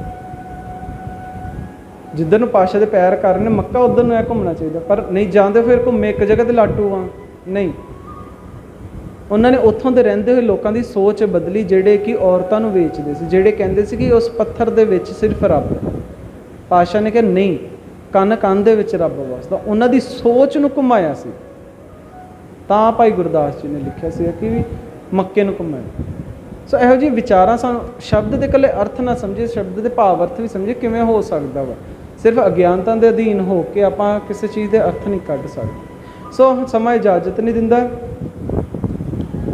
पिछले दिनों के संगतां ने बड़ी श्रद्धा बड़े उत्साह के नाल गुरु हरकृष्ण साहब जी महाराज जी का प्रकाश दिवस मनाया सी।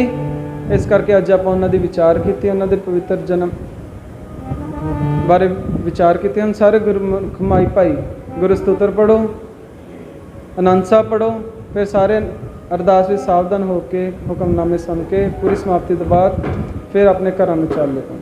अगे आपको पता ही है बड़े संत जी महाराज राड़ा साहब वाले संत बाबा ईश्वर सिंह जी, उन्होंने जन्म दिहाड़ा भी आ रहा है और उन्होंने बरसी भी आ रही है जो अगस्त के विच ही ने दोनों। 5 तरीक को उन्होंने जन्म दिहाड़ा होंदा है जिन्ना कि मैनू लग रहा। 25 तरीक को उन्होंने छड्डन का दिहाड़ा बरसी उन्होंने। 31 तरीक को बिभौर साहब रात को दीवान लगते हैं, उन्होंने जल प्रवाह दिवस मनाया जाता है। दास हरेक साल जा रहे हैं। मेरे फादर ने शुरू की सी यात्रा। फिर वो की होंदा कि असी जाने इत्थों गुरु पातशाह दसम पातशाह जिन्ने भी धार्मिक स्थान ने जिन्ने कि वध तो वध 30 की रात को तुरीदा वा जाके चमकौर साहब रहना रात को या किसी भी गुरुस्थान पर, फिर सवेरे सवेरे उत्थों तुर पैना क्योंकि घरों लेट हो जाए। इस करके फिर असी इस विचार बनाई हुई कि गुरुद्वारा साहब तो सवेरे यात्रा शुरू करांगे। जल्दी तुर पईदा, फिर वध तो महाराज के स्थानों के धार्मिक स्थानों के दर्शन होंदे ने। सो मेरे फादर ने मेरे बर्थ तो पहलां तो शुरू किया, मैं 30 साल तो अगस्त तो पहलां तो चल रहे हैं। सो जेकर कोई माई भाई जाना चाहता वा अपना नंबर लिखा दिओ, जेड़ा वो दिन आऊगा तुहानूं 1-2 दिन पहलां फोन कर देंगे। जे तुसी आ सके उत्थों तक जिथों तक भी तुसी पहुँच सके दस दिओ, फिर उत्थों तुहानूं लैके असी अपना ट्रक ते जाईदा वा, वड्डा ट्रक हुंदा वा 8 टायरी, उत्ते जाईदा क्योंकि आराम नाल फिर बंदा उत्थे सौ भी लैंदा। उहदे विच बैग उपर शैड पा के रख दईदे ने, आराम नाल सौ जाईदा। सो जाईदा यात्रा होंदी है। फिर राड़ा साहब विखे आपां नूं पता ही है कि उन्हों का जन्म दिहाड़ा और उन्हों की बरसी मनाते हैं। 31 तरीक को रात को दीवान लगते हैं बिभौर साहब, जिथे गुरु गोबिंद सिंह जी ने चौपाई साहब की रचना की। उत्थे पहाड़ी ते बिभौर साहब गुरुद्वारा साहब है, थल्ले राड़ा साहब वालों का डेरा वा जिथे कि उन्होंने जल प्रवाह दिवस मनाया जाए। सो 31 तरीक को उत्थे जल प्रवाह दिवस भी होंदा वा। 1 तरीक को असीं दोपहर में 4-5 बजे तक मुड़ आईदा वा। सो जेड़े माई भाई जाना चाहते हैं अपने नाम वगैरह लिखा दिओ जे कोई जाना चाहता वा। तो बाकी साडी पूरी कोशिश होगी कि तुहानूं पूरी सहूलत दी जाए आउण जाण लई, जिन्नी साडे तो हो सकूगी। थोड़ा तुसीं कोऑपरेट करिओ, थोड़ा असीं कर लांगे। बाकी ये लिए कोई सेवा नहीं है। बाकी जिहदी कोई शरधा वा अपना खाण पीण का समान लिया सकते संगत लई, पर कोई भेटा दी नहीं सी लैंदे हैगे। सो आओ हुण सारे आनंद साहब विच हाज़री भरो।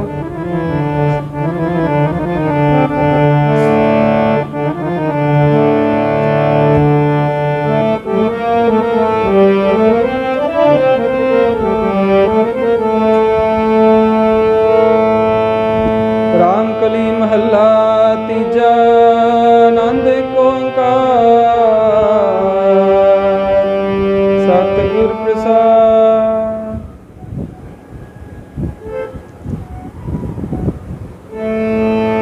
आनंद पाया मेरी माए सतगुरु में पाया, सतगुर का पाया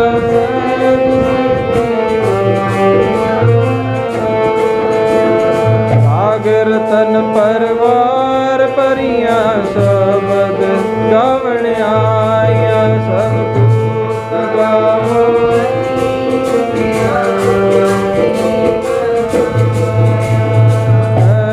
नानक नंद हुआ सतगुरु में पाया।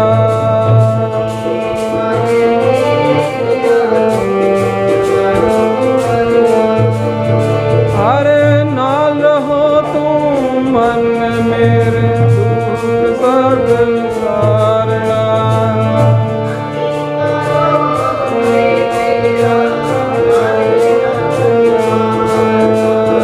नागला समरथ स्वामी सो क्यों मन होवे सारे।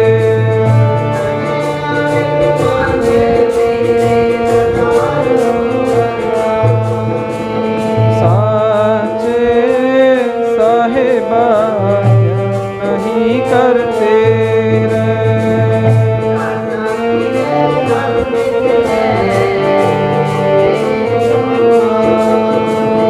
सदा सिर्फ सलाह तेरी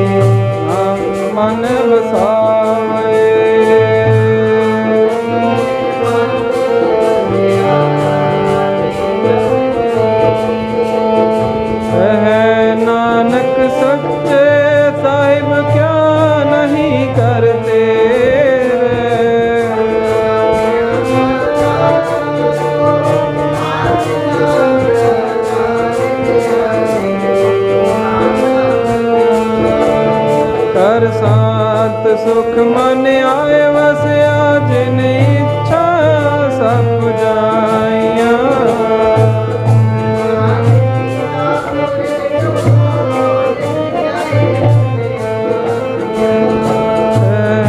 नानक सुनो संतो सब करो प्यारो साचा नाम आधारो वाचे। कर सपाके शब्द वाचे कला जित कर तारिया।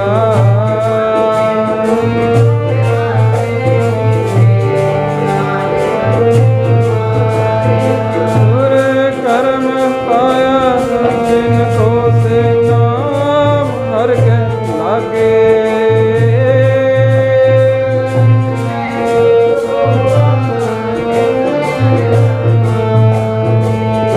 आनंद सुनो वड तागियो सगल मनोरथ पूरे।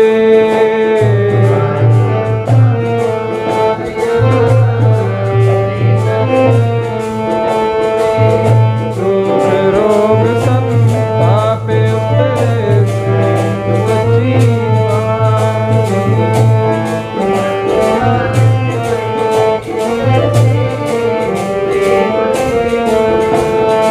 सुनते पुनित कहते पवित्र सतगुर नया कर पूरे।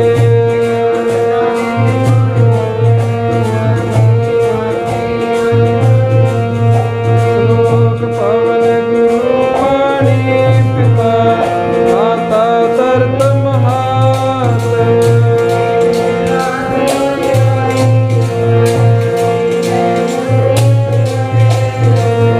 चंगे आइया बुरे आइया वाचे धर्म अधूर।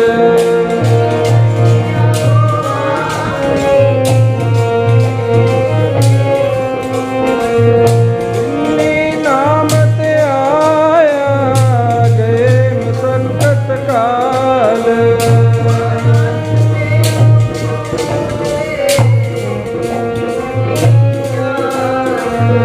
वाहिगुरु जी का खालसा वाहिगुरु फतेह फतेह।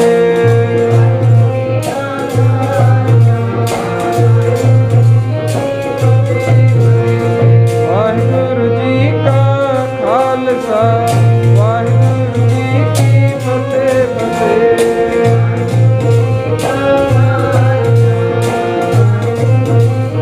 फतेह फतेह।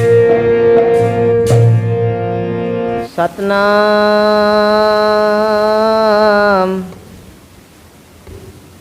श्री वाहेगुरु साहिब जी।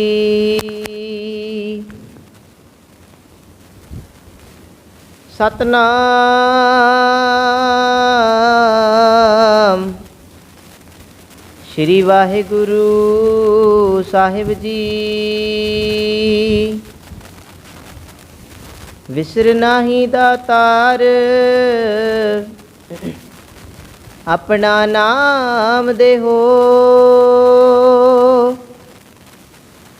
गुण गावा दिन रात नानक चाहो एहो। सो कहो टल गुर सेवियै अहनस सहज सुपाए।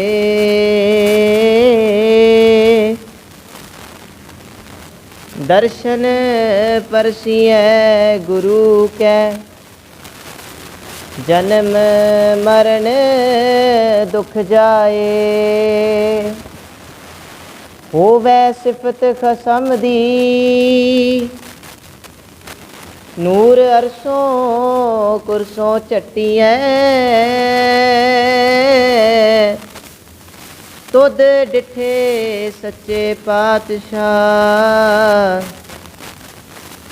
मल जन्म जन्म दी कट्टिए। सतनाम श्री वाहिगुरु साहिब जी। ਤਨਾਸਰੀ ਮਹੱਲਾ ਤੀਜਾ। ਘਰ ਦੂਜਾ। ਚੌਪ ਦੇ ਏਕ ਓੰਕਾਰ ਸਤਿਗੁਰ ਪ੍ਰਸਾਦ। ਇਹ ਤਨ ਅਖੁੱਟ ਨਾ ਨਿਖੁਟੈ ਨਾ ਜਾਏ। ਪੂਰੇ ਸਤਿਗੁਰ ਦੀਆ ਦਿਖਾਏ। ਇਹੋ ਧਨ ਅਕੁੱਠ ਨਾ ਨਿਖੁਟੈ ਨਾ ਜਾਏ। ਪੂਰੇ ਸਤਿਗੁਰ ਦੀਆ ਦਿਖਾਏ। अपने सतगुर को सदबल जाई। गुर कृपा ते हर मन वसाई। से तनवंत हर नाम निवलाए। गुरपुरै हर तन प्रगासिया। हर किरपा ते वसै मन आए। रहाओ अवगुण काट गुण हृदय समाए। पूरे गुर के सहज सुभाए। पूरे गुर की साची बाणी। सुख मन अंतर सहज समाणी। एक चरज जन देखो पाई। दुविधा मार हर मन वसाई। नाम मोलक ना पाया जाए।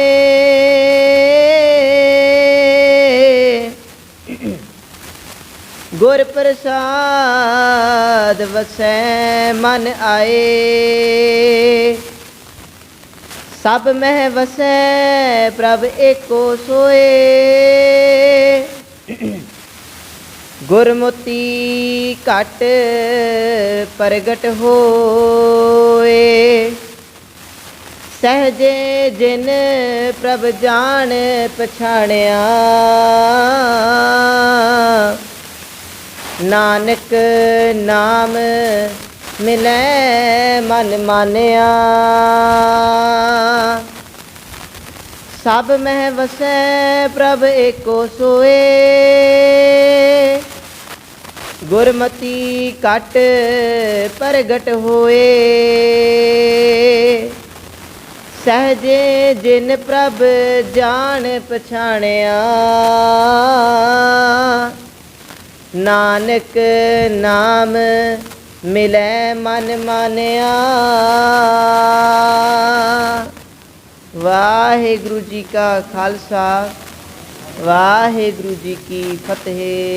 एक ओंकार सतनाम करता पुरख निरभउ निर्वैर अकाल मूरत अजूनी सैभं गुर प्रसाद।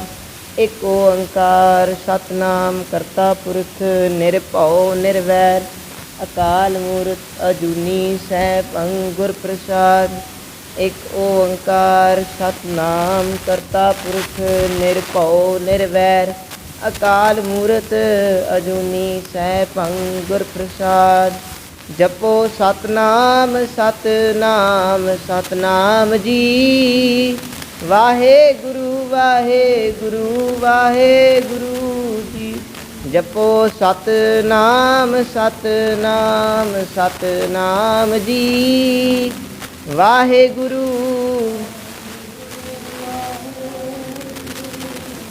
जपो सतनाम सतनाम सतनाम जी। वाहे गुरु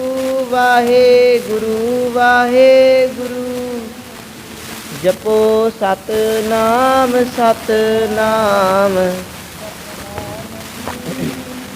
ਵਾਹਿਗੁਰੂ ਵਾਹਿਗੁਰੂ ਵਾਹਿਗੁਰੂ। ਵਾਹਿਗੁਰੂ ਜੀ ਕਾ ਖਾਲਸਾ, ਵਾਹਿਗੁਰੂ ਜੀ ਕੀ ਫਤਿਹ।